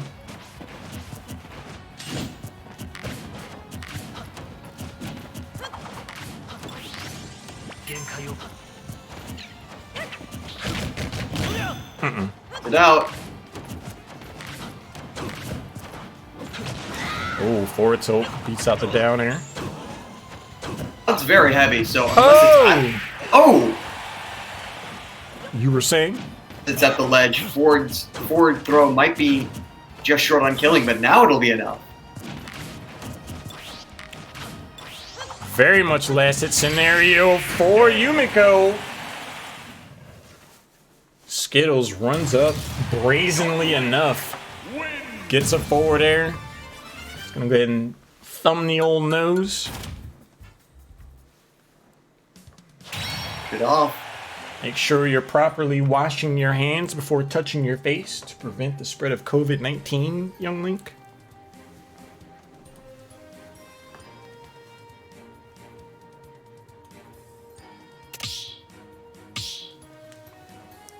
So now, Yumiko, having played the Palutena card and the Cloud Strife card, I wonder, is this reminiscent of Yumiko's gambit earlier of breaking out Donkey Kong and King DDD, and now that, you know, Trip to Losers is on the line? Do we see the real get put on the table once again? Certainly being pushed to the brink here. Has to win 3 consecutive games to make it into Winter Savage Grands.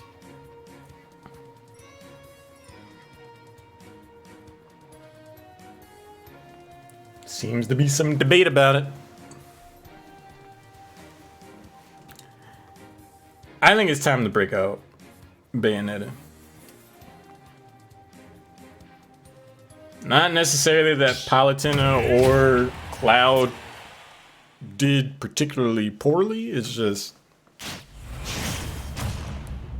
when you're up against an opponent and you're struggling with finding ways in, I think you kind of have to play a character that you know very well to be able to get a hitbox out where you need to when you need to.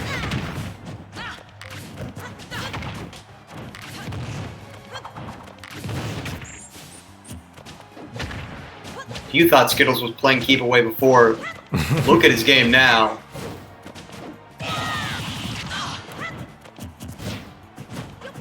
Yeah, you might think, when did they give Sonic a sword by the time this game ends?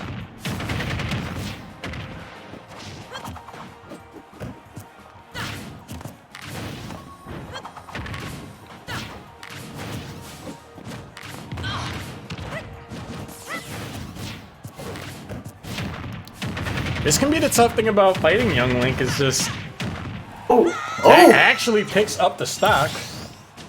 But the tough thing is, if Young Link is just mid-range throwing a bunch of arrows and boomerangs, the end lag is short enough to where it's hard to really jump in and punish it. So you're just dealing with a character that can find openings that lead to a lot of damage effectively for free. Don't tell that to Yumiko.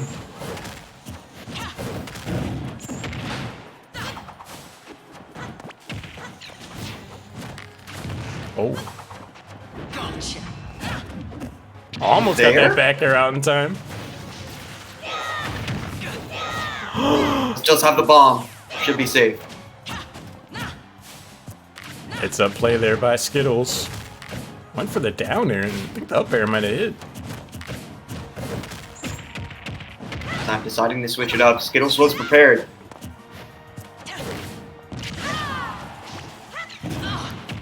Ooh. You're falling out of air, which you don't want to do at that height. Proper DI keeps Skittles' second stock intact, but then the bounce off the bomb. Oh no. Oh. Yeah, don't land there. Quick response. Go now with a solid lead, 2 stocks to play with. Showing the ability to rack up 60, 70% damage off of one exchange.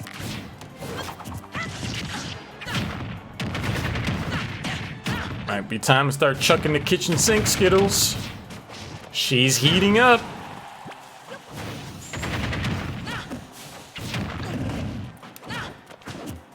I see a world where Yumiko gets a back air off that bomb explosion. Actually falls out of grounded spin attack. Uh-oh. Uh-oh. Yoo-hoo. Kiss me, baby.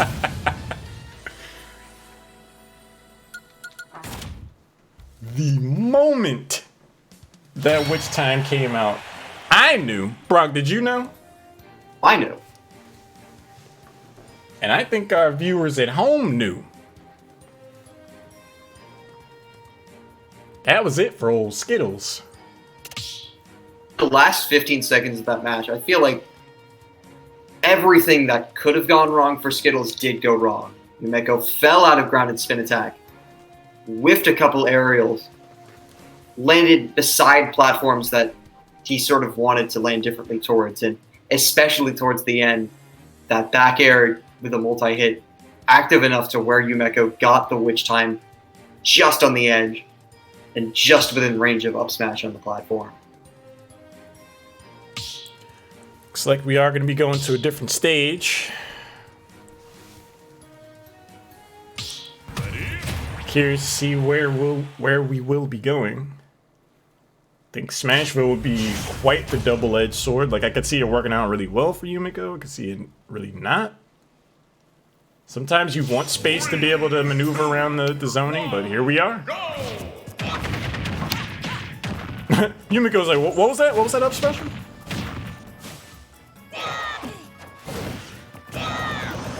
For who? No, this is like Young Link was starting the up special, got immediately kicked in the mouth for it. Ah, yeah. It does have a weakness from above, which I don't think many characters can effectively exploit, but if Bayonetta is directly above, then down air's an option. You see it. Speaking of.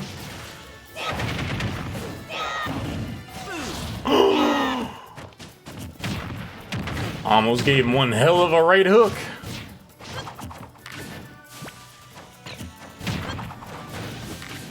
Gotcha.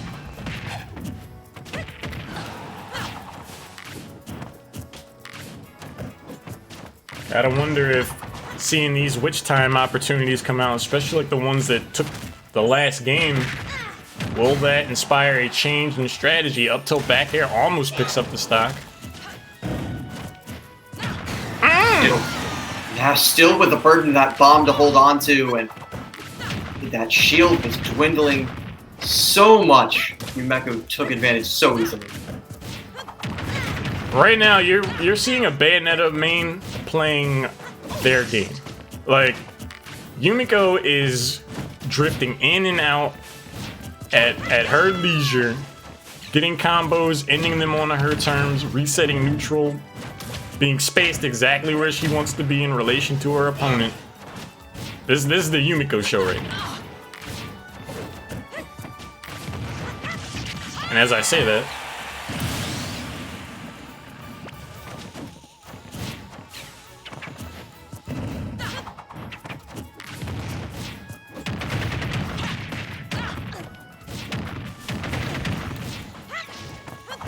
see Yumiko mixing the tempo up, just ending one combo with that 3-hit immediately, waiting a moment before jumping back in.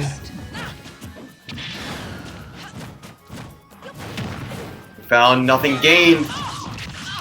He's gonna be short. I was about to say, I didn't see a bomb in that little boy's hand, so I think that's just a ripperoonie. Well spaced back air gets around the sword. Yumiko is all over Skittles right now. The wrong side, but still continues the combo, bringing Skittles back to the stage.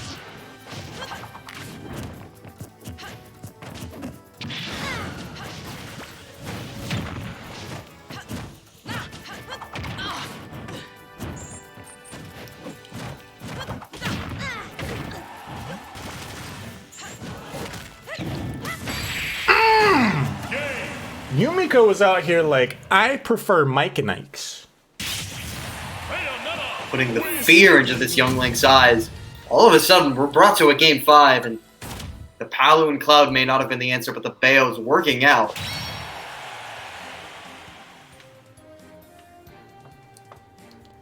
Suddenly, the momentum shifts.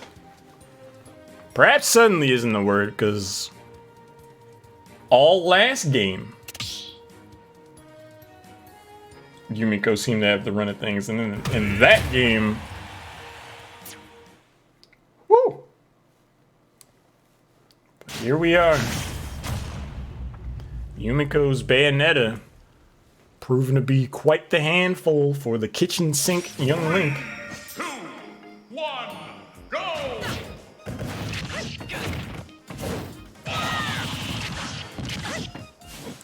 Quick burst of offense from Skittles, and that's 46.4, make that 51.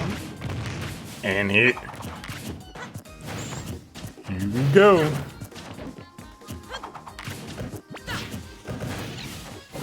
Uh-oh. The zoning game starting to work out for Skittles. It's slowing down the pace of the game. Arms away, but rolls right into that boomerang.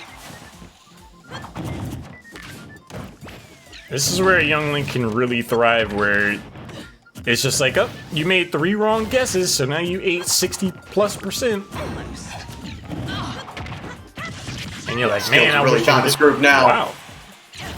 Thought that was the stock.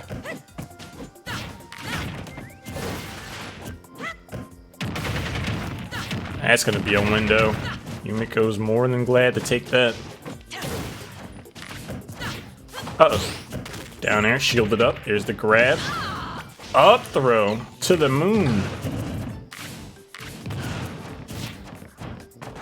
Yumiko looking to land, successfully able to do so. Skittles with the roll, gets the fire arrow, move forward air follow up, fishes for an up air, gets caught. Get off. And near 200, any air hit probably would have been enough. Yeah, I mean, as Bayonetta, it's time. Haven't really seen Bats Within have a part to play, but what? I'm telling you, Yumiko plays Falco. Hello, 911. I'd like to report some very suspicious-looking DI there. You don't think that was an outright kill? It may have been, it may not have been, but it certainly happened faster than it needed to.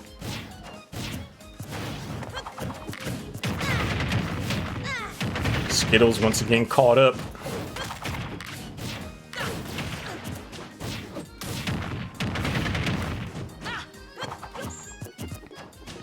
Who's back, still maintaining a healthy lead.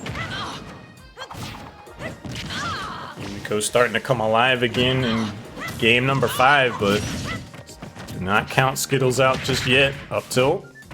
No back air this time. Settles for the forward throw. Charges up the guns. Forces out the neutral air dodge. Heads up play there by Skittles. Boomerang up air just misses. Up tilt's gonna whiff also. Looks for the witch time. Gets a boot to the back of the face for it. Strong there, so powerful from Young Link. Ooh, the witch time. That's the mix-up. She's like, no, no, no, no, no. I insist. That boomerang. Awkward moment. Skittles gets back on. What the set is all built up to. Game 5, last stock. Gets the scoop. Down tilt, punished.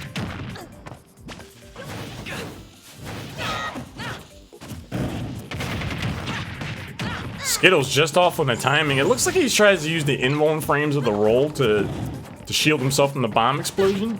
But you have to be amazingly precise to pull that off. Back combo again. Skittles SDI'd out of it from below. Uses the projectile to get the witch time, settles for the forward throw. Shield's taking some damage, could be a factor. And Yumiko's evasiveness is really coming to the forefront at the back half of this game. Enough. Skittles finds the grab, but no conversion off the down throw. Oh! Living. Not gonna be it. Neutral air dodge used. Skittles gets back on. Bomb explodes down air.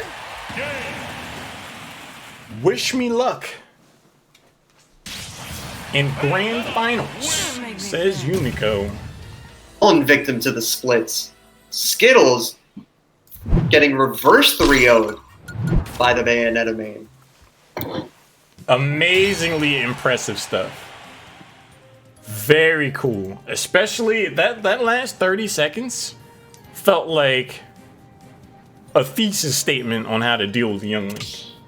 Like you could see Yumiko would just continue to wade in slowly and just kind of crowd Skittles' space without being overly aggressive or overextending. Just like jump up the platform, get around the boomerang, drop back down, dodge the fire arrow, but like not necessarily go in.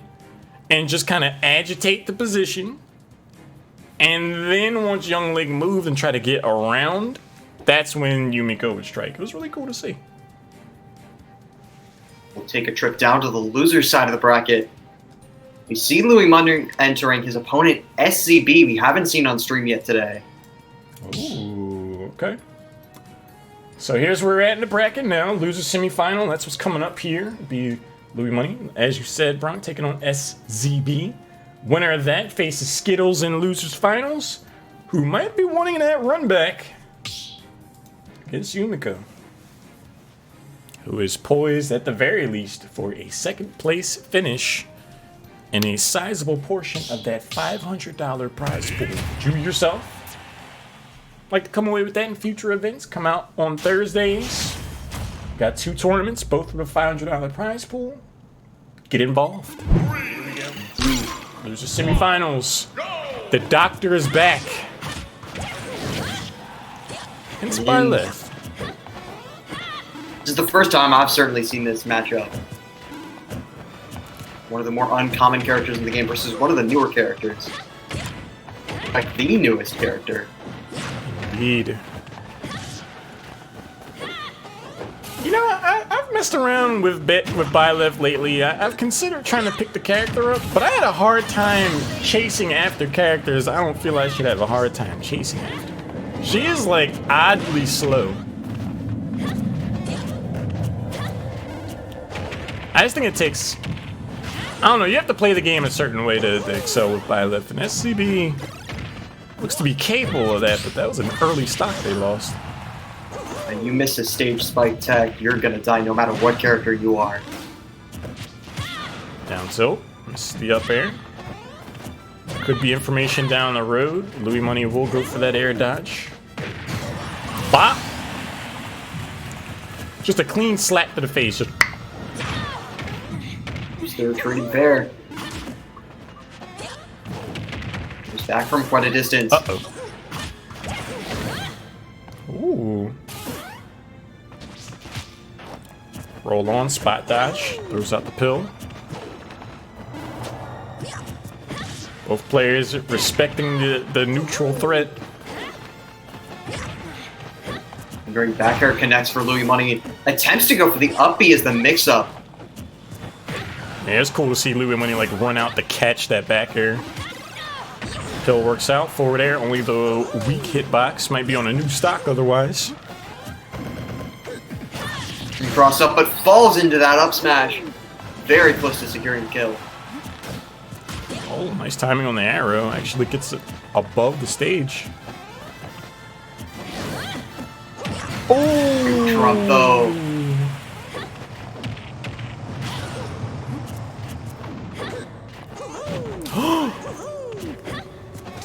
Louis Money rightly mixing up the recovery. Still ends up eating a forward air. At the end of the day, things are even back up. Drops him with the neutral air, 39%. Fair's gonna get broken up. To the air. Does get that from the spot dodge. And once again, the DI not enough to avoid that side B. Come out pretty quick. Pretty much an even game. Pulling up air starts to change that. Louis Money catches SCB with the up smash and the back air. Suddenly the Street Pharmacist is pulling away.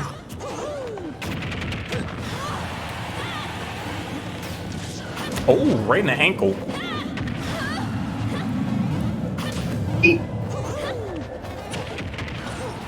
Neutral air actually punches through the back air, which probably... What? Oh! I'm dead. I die off. Covered so much ground. Allow me to demonstrate. I wasn't expecting that.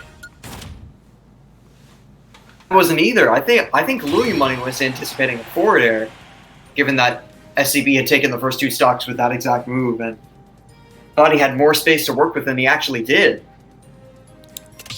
Evidently. It's third spectator. Yeah, I don't know who that was, but away they go. Cool stuff. And in this matchup, the arguable, you know, speed liability that is Byleth's overall movement, it's not necessarily a problem against Dr. Mario. He ain't Sonic. Oh, far from it. But I feel like Byleth has a really hard time chasing down zoners. Characters like Young Link, where it's like you have small windows to get a hitbox out. That can be tough. I see a switch to Rob from Louis Money. All warmed up from the previous matchup, so character he's played recently. Kettle Chips, we're fighting some ISP issues, unfortunately, so there probably will be some instances of lag. we've made as many mitigating steps as we could to give you the best possible quality on the stream.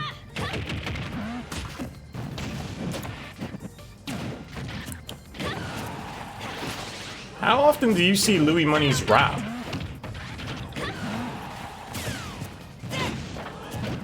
Not never, but it's not an everyday sight.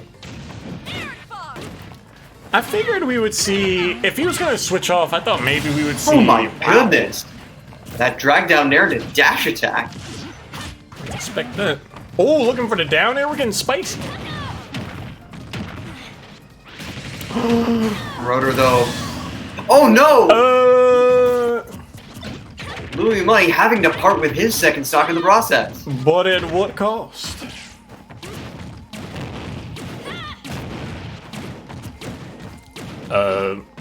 Louis Money likes the Louis, A button. Louis hitting critical mass here, just going for neutral airs. Honestly, I don't think I've ever seen a Rob go for that many airs and just short hops like that. We haven't played quick play. That's fair.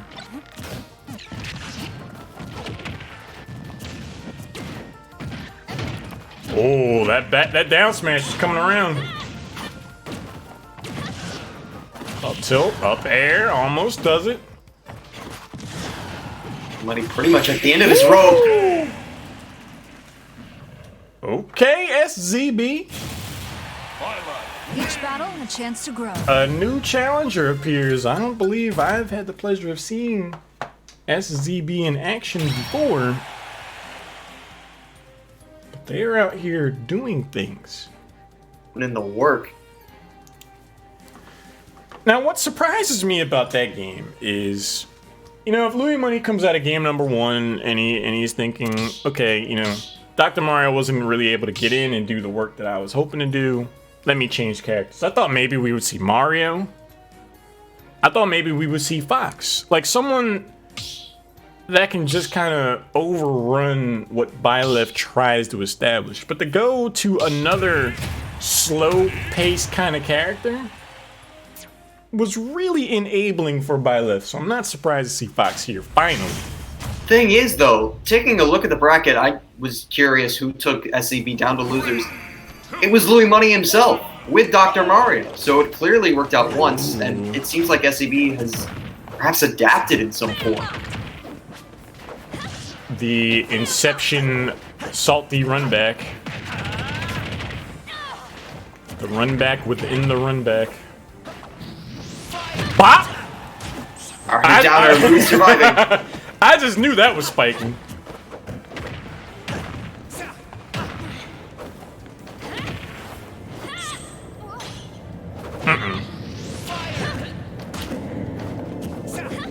If you see a Byleth player successfully 2-frame with down air, they if they're not a co-main, they're an outright main.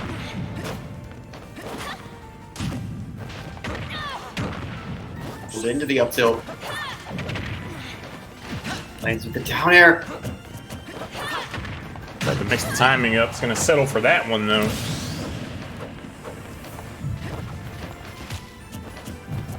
Just enough move behind that up smash to secure the kill for Louis Money. Down tilt, Down tilt up air still living. Kind of surprised. Character is light as Fox. Woo! Light as what? This is a family stream. Oh, light as Fox. Okay.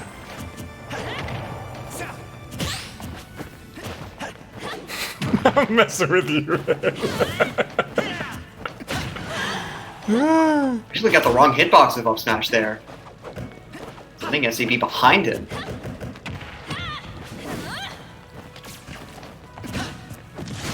Forward tilt just chops him in the face. Goodbye. Ooh, the beefy hit of the forward air. For the grab.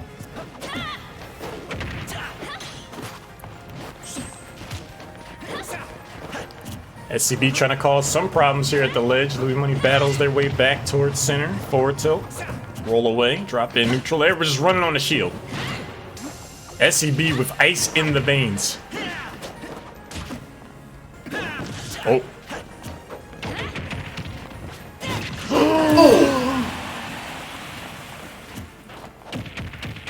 Yo. Okay, SCB. What is going on, bro? Down smash, not even enough. Oh, it is enough. Just out of tether range. Kind of surprised they didn't tether onto the bottom of the stage. That's what I think SCB was attempting to do, but he may have been even out of that range. Jab attack. Suddenly this third stock is already worse for wear.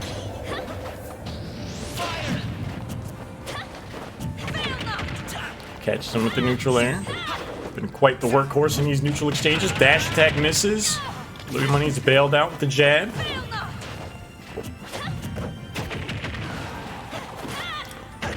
He dodged around it. Oh, that might be it. Up smash out of shield. Beautiful DI is going to keep this game going. Louis still has about 20-25% to go before he's in the up smash range, but he doesn't have to worry about that. He's good. He's good. His worries are now over. Allow me to demonstrate. Stun. SZB. Out As a reminder, here- that matchup happened in winner's bracket, and Louis Money 2-0'd him. So to see a 3-0 reverse in losers semis, I don't think anyone was expecting that. It's wild stuff, man. And that's a huge test because, like I said, if you play Byleth, you know Byleth isn't the fastest character in the game by any means. So game one, you go up against Dr. Mario, comparable speeds, you can effectively just kind of play. It's like, okay. Game two, Rob, kind of the same deal. Rob isn't super fast. But Fox, I just figured that would be too fast a game for Byleth to handle. In some instances, it kind of looked like that. But SCB, when he read that roll to the right and caught Louis Money dead in the chest with that forward smash, I was like, Something going on here. yeah. But I think Byleth is a character where you have to get hard reads. Like, you have to have a really good understanding of the game to position yourself in a place to get those kind of hits. Because Byleth just doesn't have the raw speed to on react, just kind of snap, make a move, and make a play. It's like, there's a lot of prediction that has to go into where you put a hitbox where, because there's a lot of in lag on definitely your smash attacks. So to throw that out there against Fox, you're off a pixel or two or a millisecond or two, that gets shielded and you get your face kicked.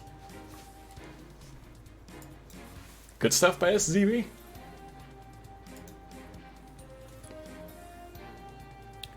But here we are, losers finals. SZB, fresh off of slaying their bracket demon, will be taking on Skittles, who you know wants to make it in the grand finals for that revenge. Here we go, Brock. Byleth, Young Link, another weird challenge for the Fire Emblem character, I think. 3, 2, 1. Yeah, no doubt. Facing a really different obstacle because Young Link on speed that's still very fast. And again, in the face of all these projectiles, when your only projectile is, to say the least, not the fastest, I'm it's impressed going to be a with the challenge timing. getting it. The timing on that up tilt to get that hitbox out through the down air, I believe that was from Skittles. We're looking at a very confident Byleth player. I am very impressed right now.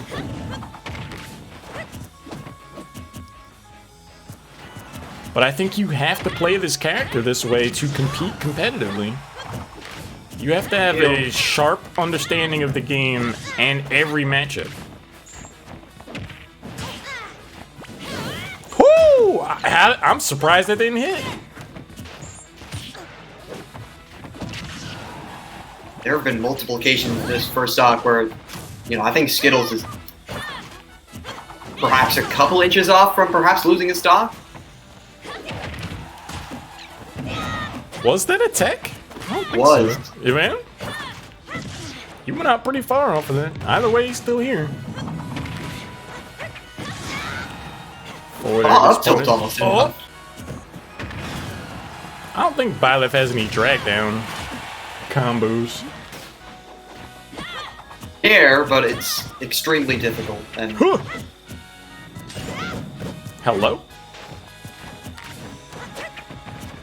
Byleth can't get that up tilt around in time against up smash. Oh! downtown. SZB's like, here's a bow and arrow for you. I can try to be Legolas. Times it down, throw fair into the bomb.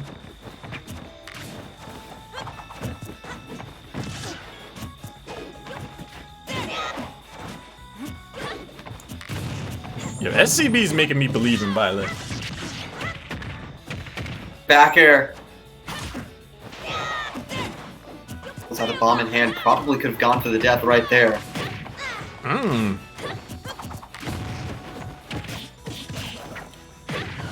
Skittles is one of the best young links I've seen that just makes stuff happen off the returning boomerang. Double arrow confirmed. And more consistent as the time goes on. Not just from this set.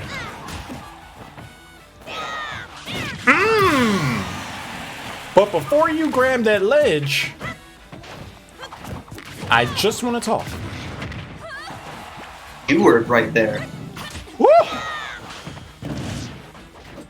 SZB threading needles and getting back to the stage. Side B into the Nair edge guarding, and oh my word! Should be fine. Dude, he tried to banish Skittles.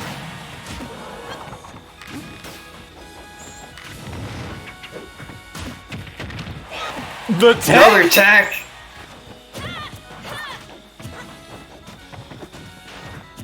Getting to the point where back throw might be very close. Dude, I am just on the edge of my seat. Forward throw. Oh my word! Who is SZB? Get to know him.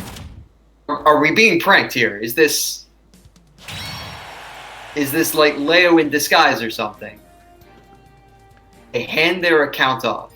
I wouldn't be entirely surprised. I'm not seeing a Twitter account linked to their Smash.gg, but you gotta think they're out there somewhere. Looks like they finished 129th out of over 5,000 in the Quarantine series. That ain't bad. Certainly a name to watch out for in the Wi-Fi realms. 33rd in Naifu Wars. That ain't bad. 3, 2, Okay. 1. Got ourselves a gamer.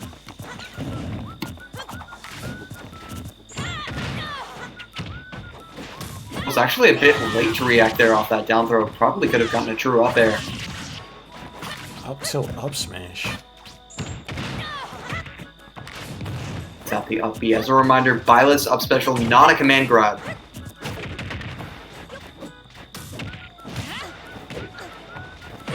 Oh, meaty hit. Huh? Will young Link shield block Byleth's arrow like regular Link does? Anyone know? I bet you Skittles isn't trying to find out right now. Not the heart. Oh no! The Shadow Realm. Goodbye. Goodbye.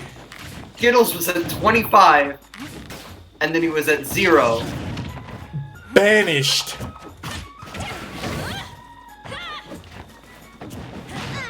Wow. Oh no!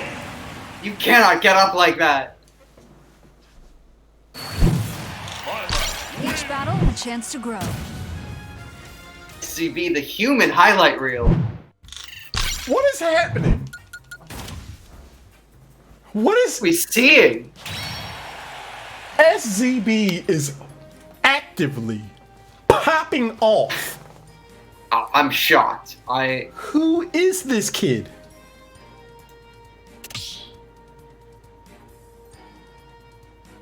Wow. SZB is the best Byleth in the world. I see no evidence to the contrary.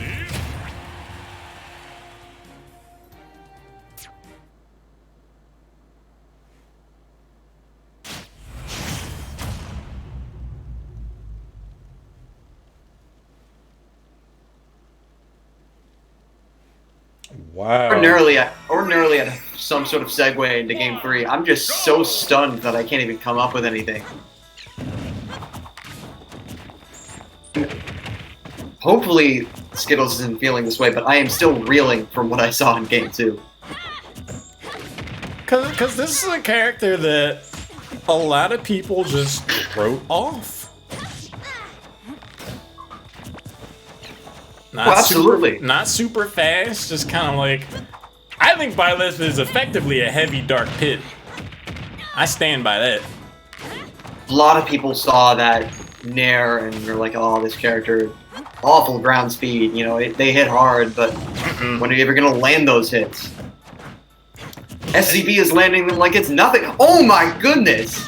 SCB Skittles, is... if he didn't parry that, his shield would have been popped. SCB is like, I'm about to end this man's whole career. Yoink. Just saying, that's one too many clips for one day. Nice reversal.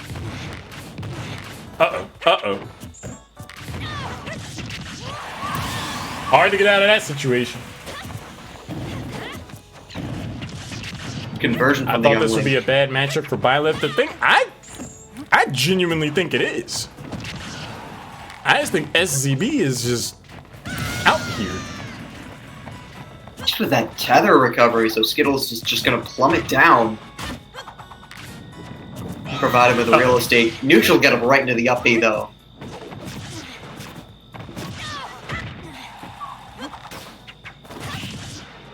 It's the up air. Solid grab. Don't roll like that.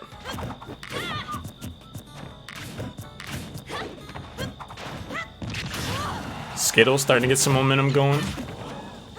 So Downer has the bomb planted on the ledge.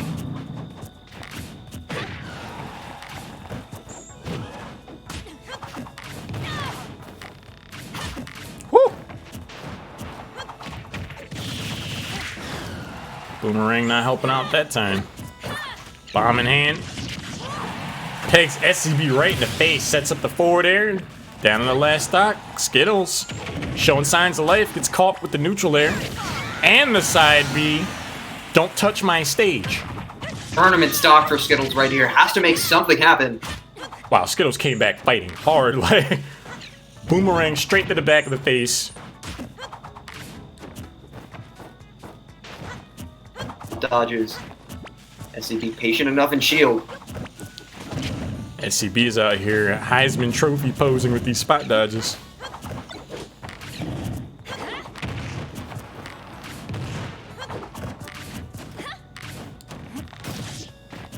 We've seen Skittles have success with this strategy before. When the neutral game stops working out up close, unhook the kitchen sink, and you're throwing even that. Uh-oh. Random a bit. Triple arrow and Wow. a great answer from Skittles. Skittles gets on the board.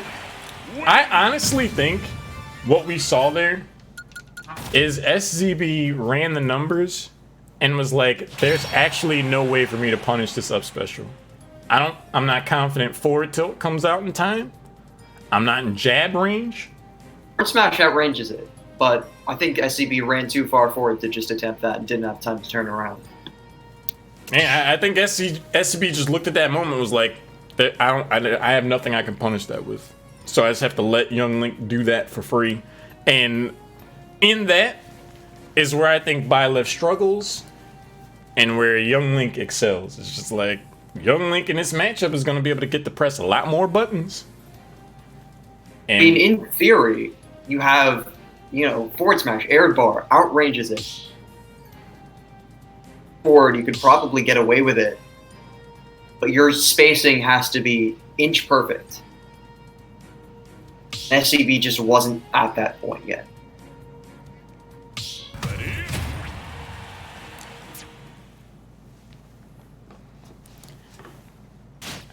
I think we saw some glimpses there of why Byleth is regarded the way that Byleth is. It's like, if you play perfectly, yeah, the matchup isn't going to be that hard, but if you guess wrong, if you're off in any kind of way, big if. Things feel a lot less forgiving then. I definitely think Byleth is a character where you kind of have to outplay your opponent. Like, hard. The range she has the tools of doing that. It's just a matter of figuring out how to condition your opponent into landing into some of your options.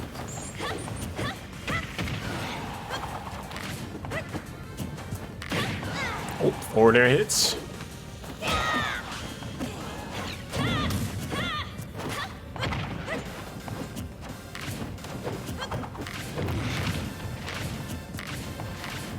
I went for grab, just out of range. Are we watching the same game? No, we're not. Down air is going to connect.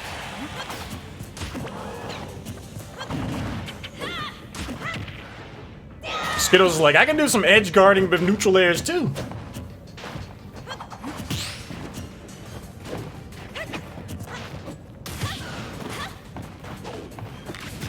Short hop up air, not going to have the range.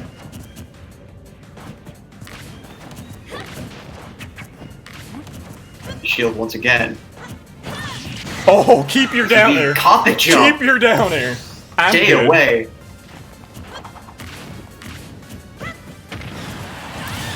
Wow. For those situations where all that rage was paying off, because again, Skittles only in the high 80s there. A quick 53.8.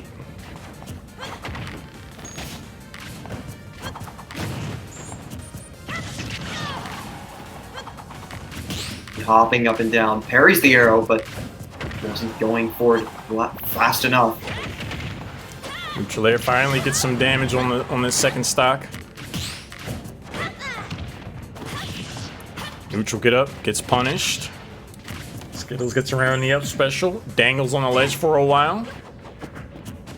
Been on the wrong end of that forward smash a time or two this set. And there in a dash attack. Skittles able to air dodge out of that.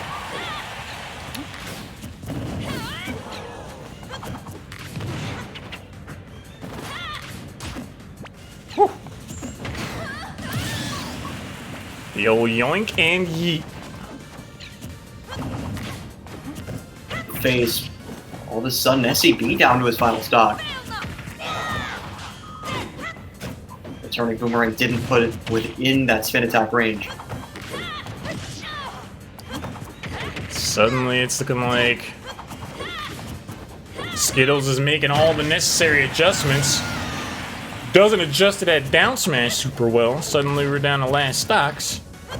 Only 35.8 or 0.6. Very doable right now. Skittles catches the landing with the up air. Uses the back air. Skittles descends with another down air.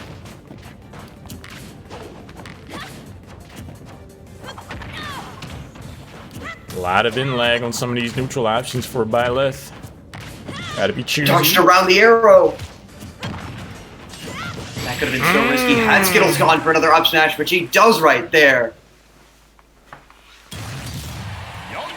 We are seeing a series of game 5s tonight. speaks to the level of competition we're seeing out here. The ability to adapt.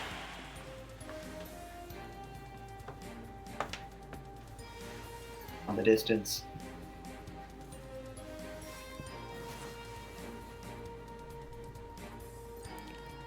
I'm not sure what SZB was trying to get out of Lylat there. I'm not saying it's a bad choice. I don't know this matchup well enough to have much of an opinion one way or the other. But I didn't see a moment there where I was like, I see why SZB went to Lylat. Not saying that stage necessarily worked against SZB, it just didn't seem to do much for him.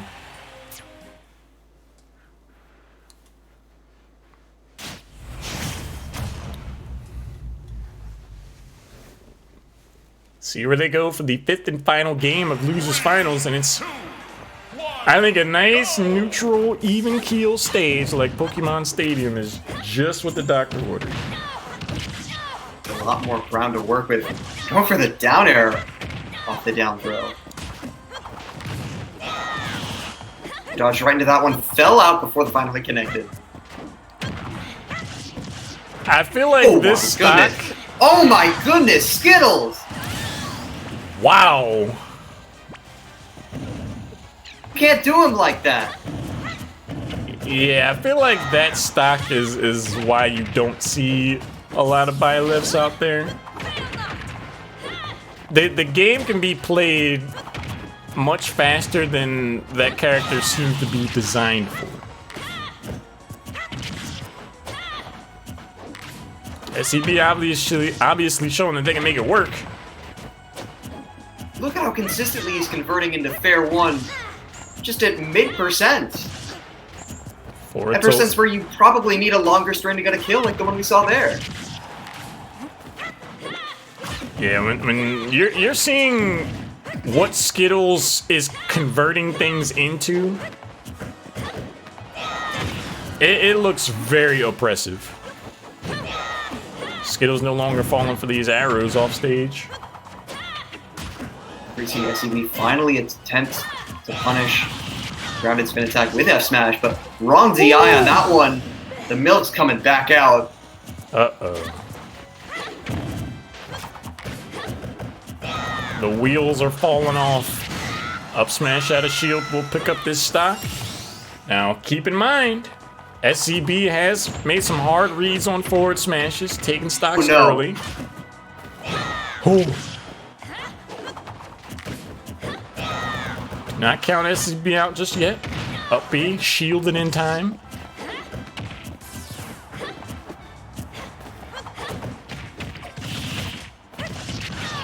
Couldn't get the last hit in before the boomerang came back. It's the back throw. Oh no! Young Lee wins.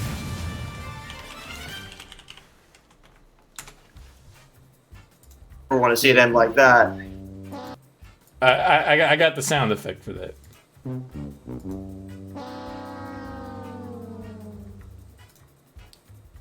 Like, you honestly...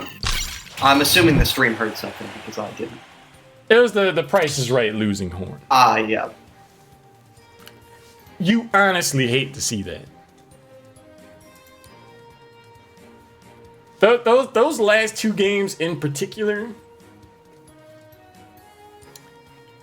they made compelling arguments for why Byleth is a niche, seldom seen character that has a ton of potential, but has to be played pretty much perfectly in order to succeed at high competitive levels. What a roller coaster of a set if you're SCB. Getting multiple clips on Skittles in that game too. Oh yeah. Great offstage read, if you can call it that, on Skittles in game one. And then he brought it back. I don't know if he adapted well. He made less, random jumps to the point where up smash isn't going to kill him as early. Still fell victim to that in Game 4 a little bit, but was second to none in Game 5. Skittles wanted to go into Grands, proving he could reverse 3-0 as well. Never know. I felt like I don't think Skittles definitely wasn't taking any part of that set easy or lightly. I just think part of it is you don't see a lot of Byleth players. So when you go up against one that knows what they're doing and can find stuff like that, it's very easy to be caught off guard. But if you kind of center yourself and you objectively just look at the game, you're like, I'm Young Link, that's Byleth. Like, that first stock on Game 5, where it felt like every time SCB pressed a button, they paid like 40-50% because they guessed wrong. Like, that's Byleth. The game can just be played a lot more quickly than the character's moves feel designed for. And if you guess right, it's fine. But if you don't, it kind of reminds me, not in playstyle, but like of Samus, because Samus feels that way too to me. But at least Samus has projectiles and stuff to where you can kind of game the system into an advantageous position. But Byleth doesn't have that, so you're just like hard guessing with high in-lag moves. But here we are. Yumiko's Bayonetta. Skittles gets the run back they were after. On a hot streak.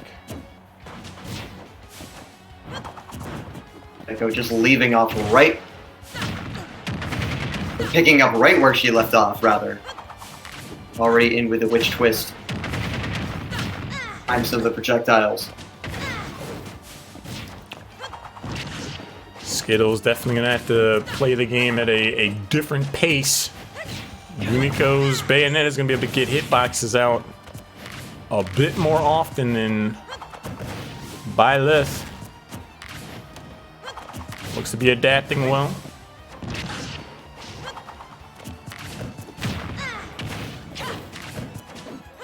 Just out of range of the grab.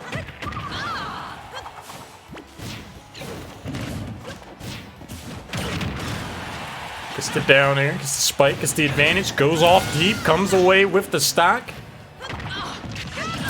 And then that happens. Back.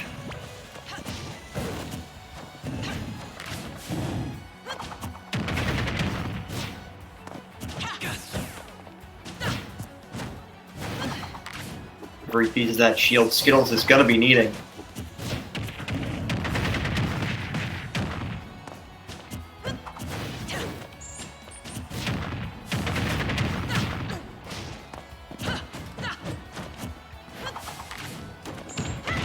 Runs up, gets the grab. Not the hugest follow-up you'd ever see. Dash attack a bit late. Yumiko bouncing off the stage, gets to the ledge. Bombs waiting. Up air, pokes through. Remix.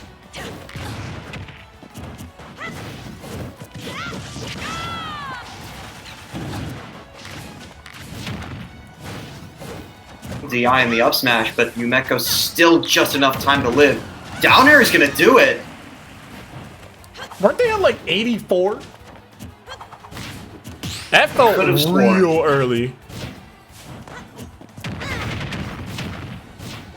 Skittles gets scooped up, down air connects.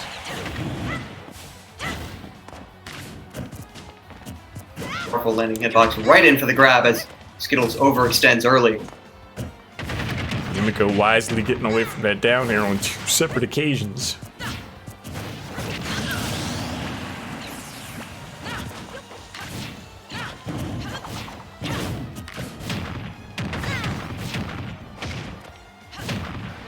Oh.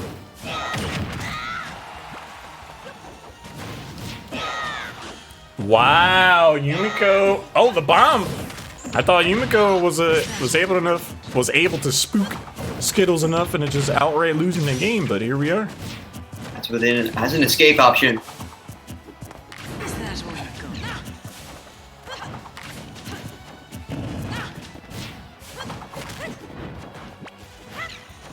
Full on bear hunting.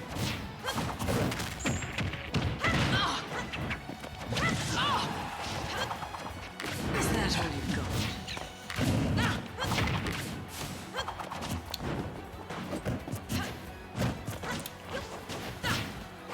Yo, Bronk, at what point do you start to feel bad for the B button on Skittles' controller?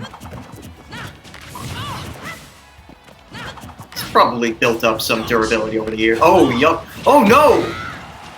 Not enough witch time to start that up smash.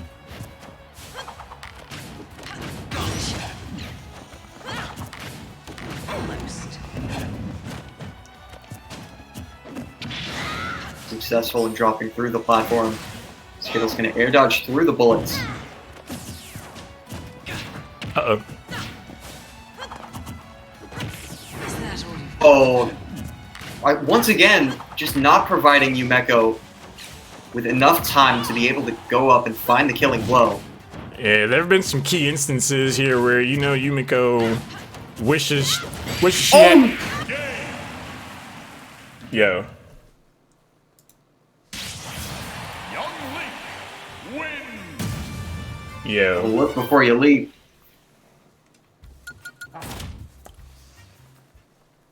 My heart goes out to you, Yumiko.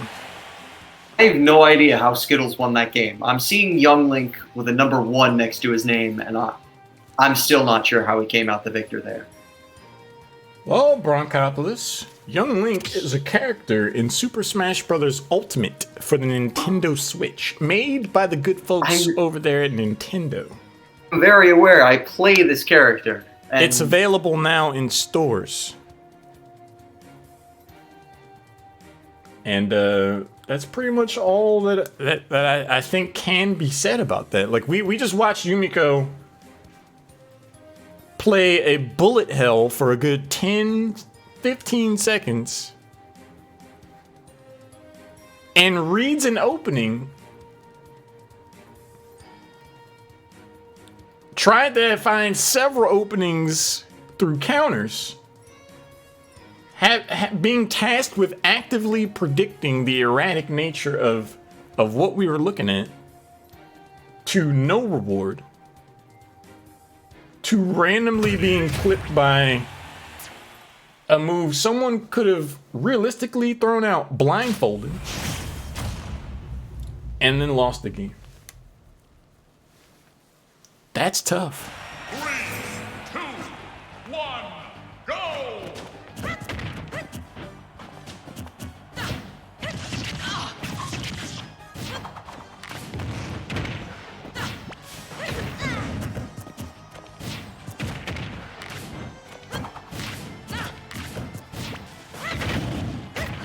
Game number 2 starting to look like more of the same here.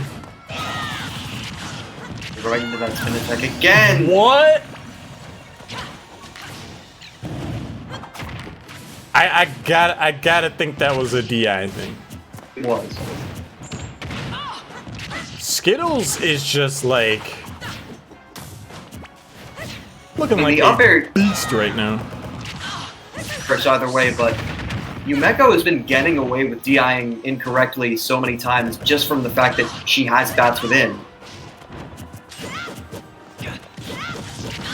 Too short for the first up smash.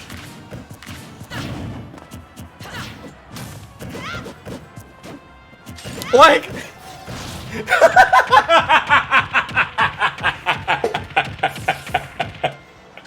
Yo. Yumiko might be done. Yumiko, like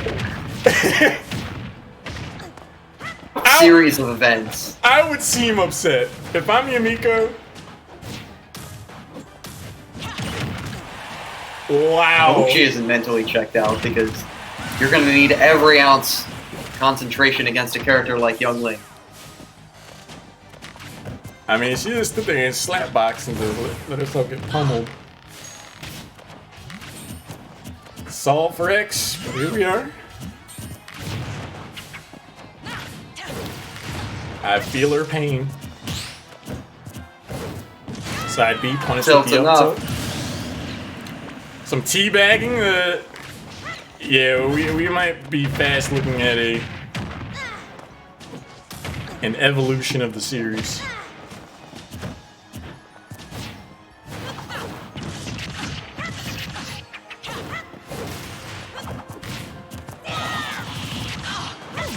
Like again, this time with the proper DI.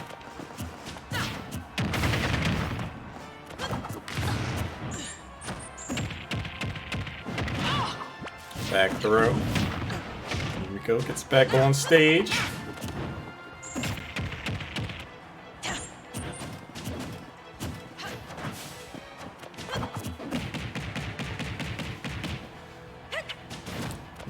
Yumiko's got to battle through 3 games or else this night gets a lot longer. Game. Oh no. Young Link win. What do you make of that game, bro? I mean, there's a lot of unfortunate endings to Yumeko's stocks, but that being said, especially down the line, that up smash at the end, she DI'd to the left and perhaps could have lived a little longer had she DI'd correctly behind Young Link. She got crossed up again with a DI where she fell into that rounded spin attack to up air. In neutral, she had her own problems, but in disadvantage, she definitely could have solved them and didn't really adapt. I think we're about to see well. PDD. Against Young. Oh!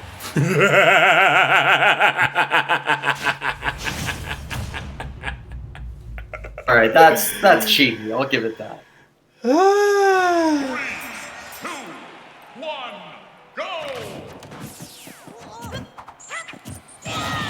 go. Okay. Here we are, game number 3. We're supposed to beat the dark side, not join them. Yumiko's like, well, from my perspective, the Jedi are evil.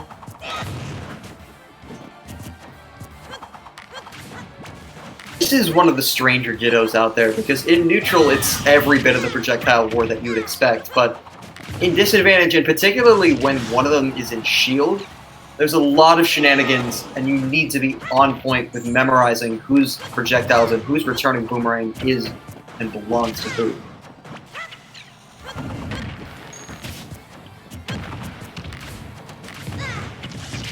I feel like this is one of the stranger mirror matches in the game. Just because I honestly think Young Link generally operates based on the privilege, the frame data, like the frame data of the character. Just like, I can bait people in this move is safe. They try to do this, I can shield in time. But when you're playing up against the exact same character, it's just weird. It's like, oh, well, this is what it feels like. This is what I do to people. Get out. Again, grounded spin attack's one of those moves that punishes itself. I'd be very curious to know when was the last time Yumiko played Young Link. Earlier today. Yeah? Saw it on stream, I believe, for a game against Cola. Did she play Young Link? So, when they were going all sorts of characters. I remember her. Well, I remember In the middle of the Donkey Kong and DDD, but I think there was oh, a that game second too, game right? she played Young Link? Okay. Game. Oh no. And that will be the grand finals reset.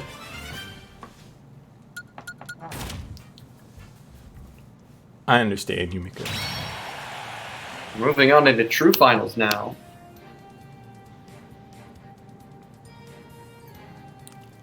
I understand.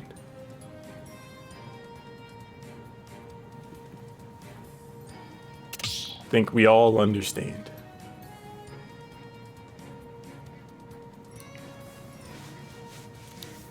That can be the big challenge of playing against characters like Young Link, like Snake. There's just some characters where, or like the Belmonts. Like, I watch anyone play a best of 5 against Nitro's Richter, and by like game 4, you can just see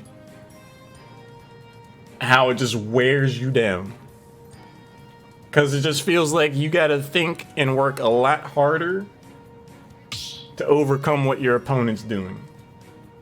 Whenever you see a player in a face cam for one of those sets, it looks like all the energy has just left their eyes. And they're playing anti-zoner, but it just takes a lot of effort to get in, and it's very doable. And once you do get in, you're going to get a solid reward most of the time. It's just mentally taxing. I remember, now, Bronk and I are based out of SoCal, so maybe you remember this, Bronk. I remember I think it was a Wednesday night fight, where Elegant had to fight T3 Dom and Nitro back to back through losers, I'm pretty sure. And they both played Richter, and he played Luigi, and I was just like, couldn't be me. Couldn't be me. Like, imagine dodging all of that as Luigi for 2 best of 5s. Brutal stuff. The reason he's picked up a secondary at this point. Yeah. I think he's playing anything to Diddy's do Kong. with that matchup. Alright. You know, maybe this was the long con play of Yumiko all along. Maybe she was trying to save her mental energy and stamina for the true finals. Because it would be rough to go super hard in the paint for 5 games in grand finals and then lose, and then you're just mentally drained for the reset. Ooh, double daring to up air. This time follows the drift properly.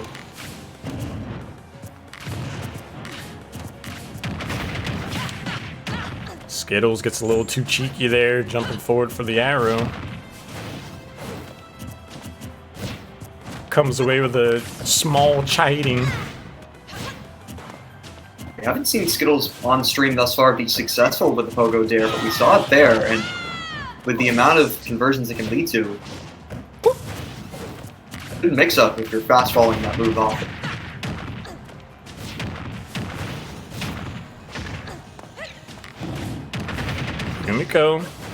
Yumiko has looked strong in this matchup when they're able to get Skittles off stage.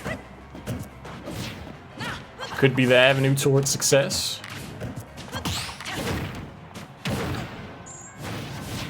Lands a couple side Bs, keeps the pressure on. This is what Yumiko needs to do, just steady, consistent pressure, not necessarily overextending, not jumping into down airs.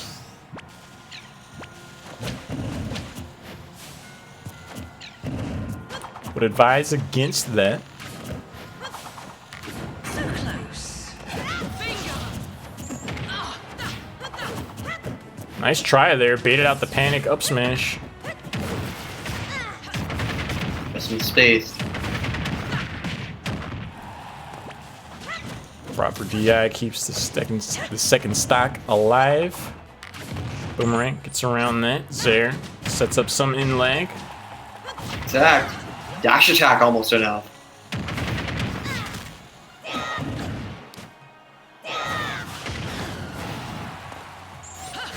Ooh. Tried to get the witch time off the returning boomerang, unsuccessfully so.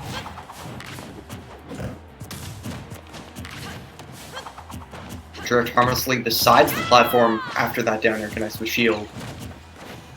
Starting to become progressively more spooky a situation. Throw very close to killing, it is gonna kill.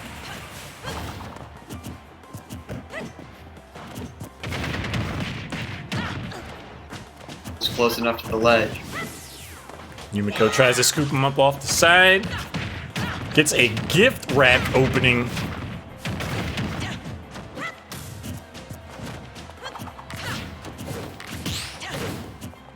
66% later, Skittles has returned to the stage. Is that all you've got? Just unable to get in there in time, punishes the neutral air. Skittles opts for the down air this time. Couple of fire arrows, tries to get the poke in. Woo!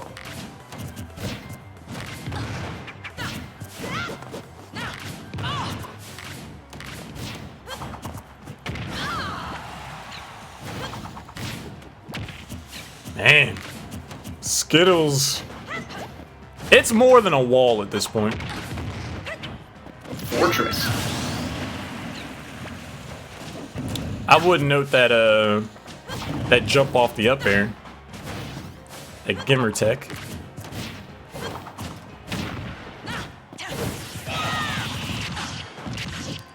Yumiko can't afford the relax now. Has a lead, but that can quickly change. Gotcha.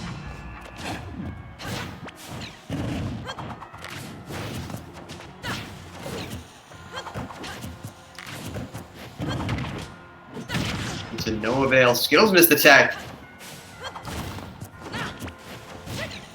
Almost. I almost feel like Yumiko has to use the witch time just to like begin neutral. You're not getting to punish at that range, but maybe you can force Skittles into panicking in some type of way and then punishing that. But fathom that, you having to time a counter to begin playing the game.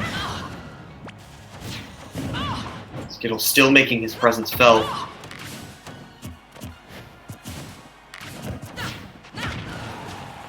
Yumiko having to navigate around a minefield here. No! Young Link wins.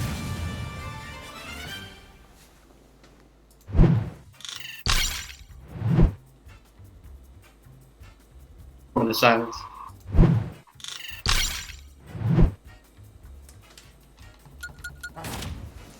Yeah.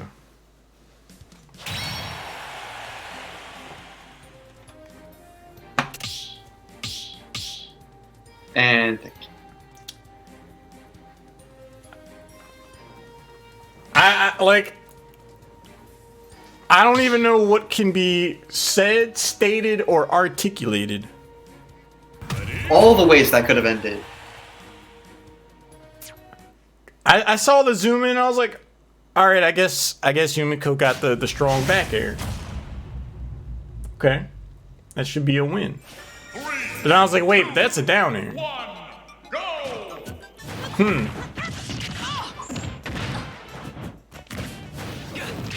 Gotcha.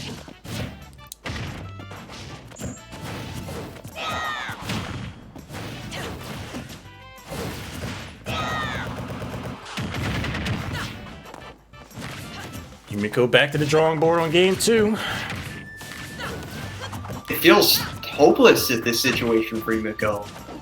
Like, whenever Skittles lands one down tilt, you can just picture the guys in the coffin dancing and the music playing in the background. It's like it's already over.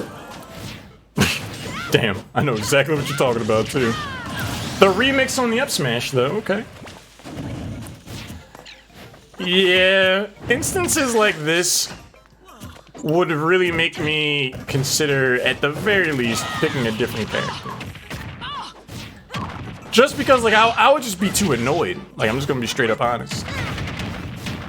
All these movement options just landing Yumiko directly into Skittles' lingering up air. It looks like it's taking Yumiko a lot of effort just to attempt to get in, to begin playing the game. Meanwhile, on the other side, it's just like arrow, boomerang, boomerang, arrow, like. This is not an impossible matchup. We saw Yumiko win 3 straight games of this matchup in Winterside. It's not impossible. Nothing is impossible in this game. But is it worth it? I don't know. I value life and my sanity too much.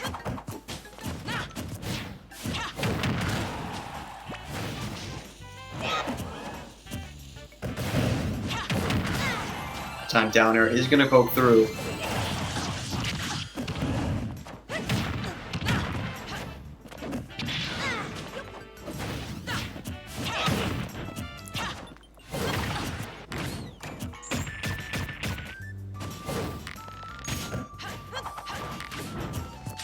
Oh, fishes for the witch time, pays for it That with killed? stock number 3.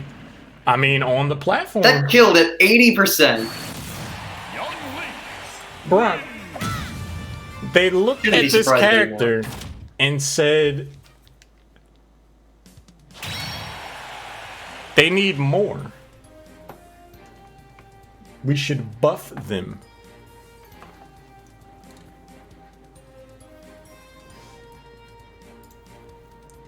I think at some level it's an argument for Yoshi's being a strange stage as it is, but that is much earlier kill percents than I think most Young Link aficionados are used to.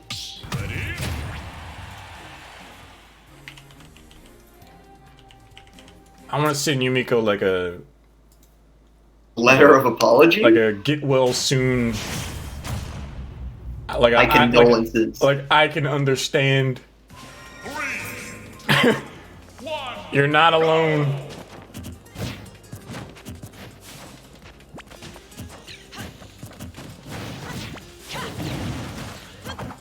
This is not the character to run into at the end of a night of a tough bracket. It's not impossible. The matchup is not impossible. So close. Skittles does manage to take game 3. I hope a good portion of that $500 prize pool does go towards Yumeko's therapy.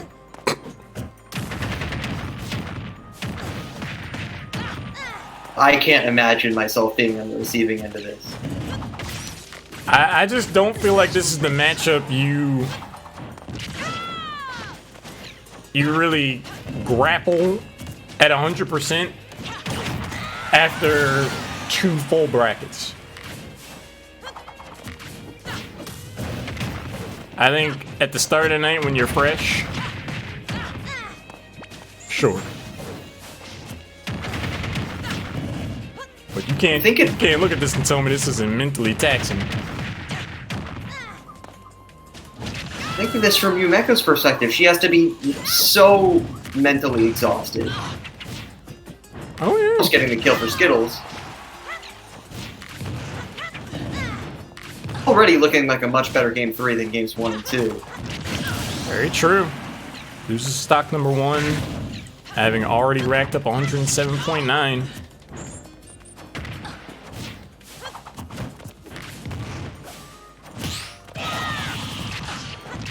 Parry into the grounded spin attack from Skittles.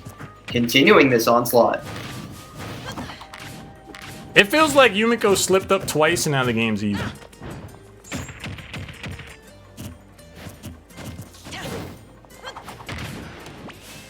Flip boomerang upwards to catch the jump. Skittles hasn't been hit yet on this stock. That was a 0 to death.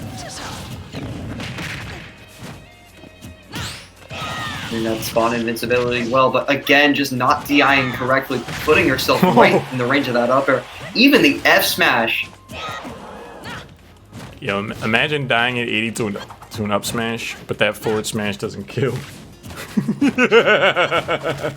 close. I'm sorry, Yumiko. I get it. Provides the distance.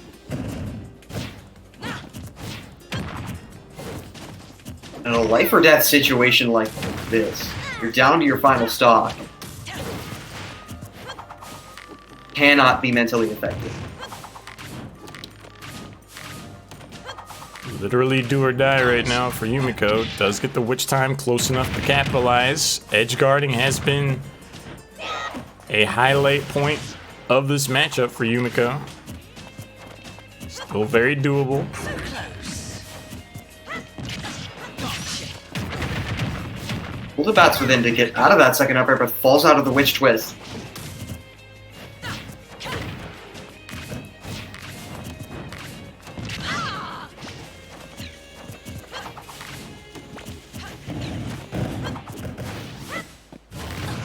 Oh, tries to come Shield. down.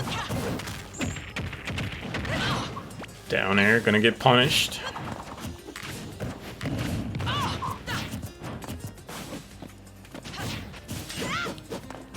I don't know if the triplats was the play here. Battlefield in particular has some high top blast zones, so again, this is the point where up smash might start to kill.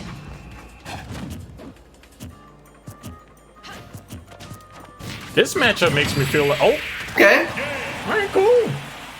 Going on the game goes on the board. board. I feel like this matchup is where the witch time change feels like a nerf. Because a while back they changed it to where the activation window for the counter is larger, but the amount of time that the opponent is slowed is shorter. Which is the more consistent option. But when you look at how Yumiko's been trying to get in at some of these higher percentages, you gotta think an extra quarter of a second, extra half a second, would mean a world of difference.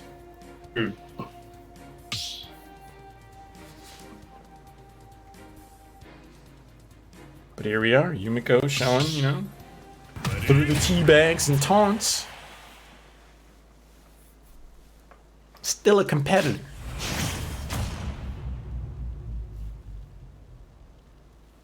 We said that game 4 and game 5 are going to have to play. Going to have to be played, excuse me, on Skittles' counter pick. Wouldn't be the first time Yumiko reverse 3-0'd Skittles tonight.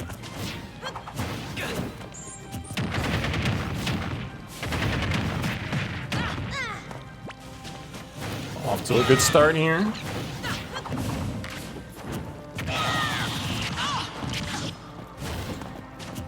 The fact that Yumeko is giving Skittles a free 30% off every grounded spinning attack instead of forcing him to read the drift in with a bear.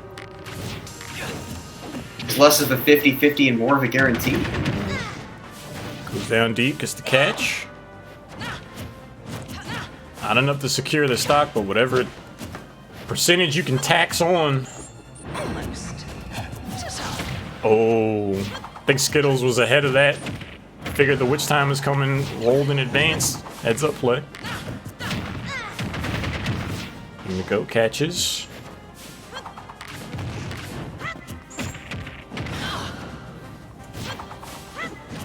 Comes out. Crossed up, doesn't matter. That was Up an smash, gonna cover. awfully ambitious downer. So close. Yumiko had to know. Oh! Where were you rolling, sir? Okay.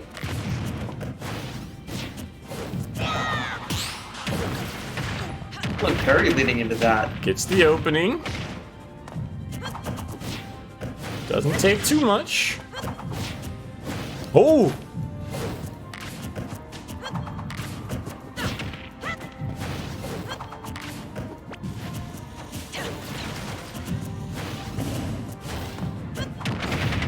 Lands, able to shield in time. Skittles throws the boomerang high. Steps back, bomb out. Forward air punished. Yumiko fishes for a back air, gets the weak one on the second attempt. An up smash, apparently. And like that, Skittles is starting to even things up. With an air once again. Whew. Having to jump over that bomb and does so successfully.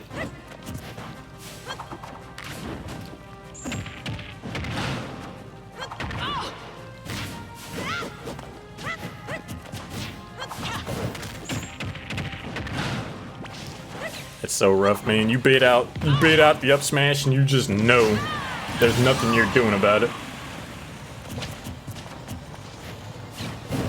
Gotcha. And they right onto that. This time well positioned for the punish. Pretty sure Yumiko felt perfectly comfortable eating that 8.1% to be in that position to deliver that knuckle sandwich.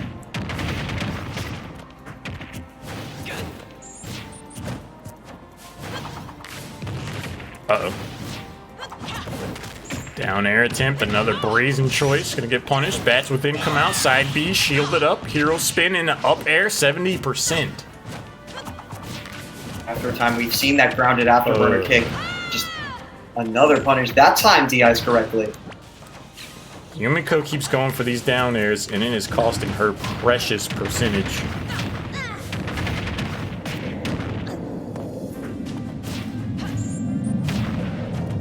Gets one hit off the missed grab. Check again. Yumiko just looking for the space for the afterburner kick. Trying to weave in and out, debates out some kind of high in-leg option. Gets the grab, forward throw. Edge guarding, neutral get up. My skills retreats. Yumiko being very choosy about the approach, has to at 107.8. Oh no, mistimed the witch time, not able to punish the missed grab. Skittles looking to close things out right here. Establishes the zone. Back airing that bomb. Don't know about that neutral air. Still living. Uh-oh. You know, within up tilt percent, we're definitely within forward throw percent. That was a no-win situation right there. If you shield the bomb, you're getting forward thrown. If you get hit by the bomb, you're dead for sure. If you move forward, you're getting grabbed and forward thrown. Just no way out of that one. Sometimes you just find yourself in those catch-22s, and there's so little you can do. But either way, congratulations to Skittles.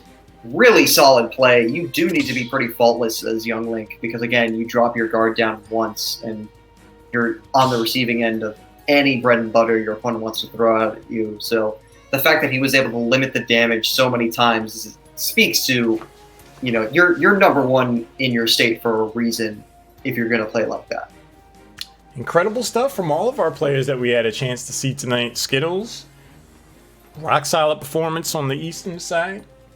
Definitely stepped things up going into the west. Impressive stuff. That's a tough nut to crack there. That Young Link is looking pretty tough. Pretty tough. But that is going to do it for us. Another Super Smash Thursdays in the books. If you yourself want to get involved, make sure you sign up for next Thursday. We do 2 of these tournaments, one starting at 7 p.m. Eastern, a second, which we just saw, starts at 7 p.m. Pacific. Each has a $500 prize pool, $10 signups. Get involved. Get a chance to play against some really good people. People that you know, people that you see. But for now, that's going to be it for me. I'm Lauren. Bronk, where can people find you at, Bronkopolis? Solid casting tonight, man. Absolutely. You can head on over to twitter.com/Bronkopolis if you enjoyed some of my ramblings tonight and wanted to see them in written form. He's a top hat enthusiast. Likes wearing vests and sweatpants with the top hat. I'm kidding. Wouldn't say that. Wouldn't say that? Okay. That's going to do it for us. Seeing if we're... Who am I hosting here? I remembered this time. Skittles was able to take it in Game 4 of Grand Finals resets. Or... see if there's anyone we are going to host before we call it. Alright, we're going to host Best Ness. Lives up to the name. Very entertaining guy. Be sure to say hello. Next week. Host. That's going to be it for us for now. Have a good night, everyone.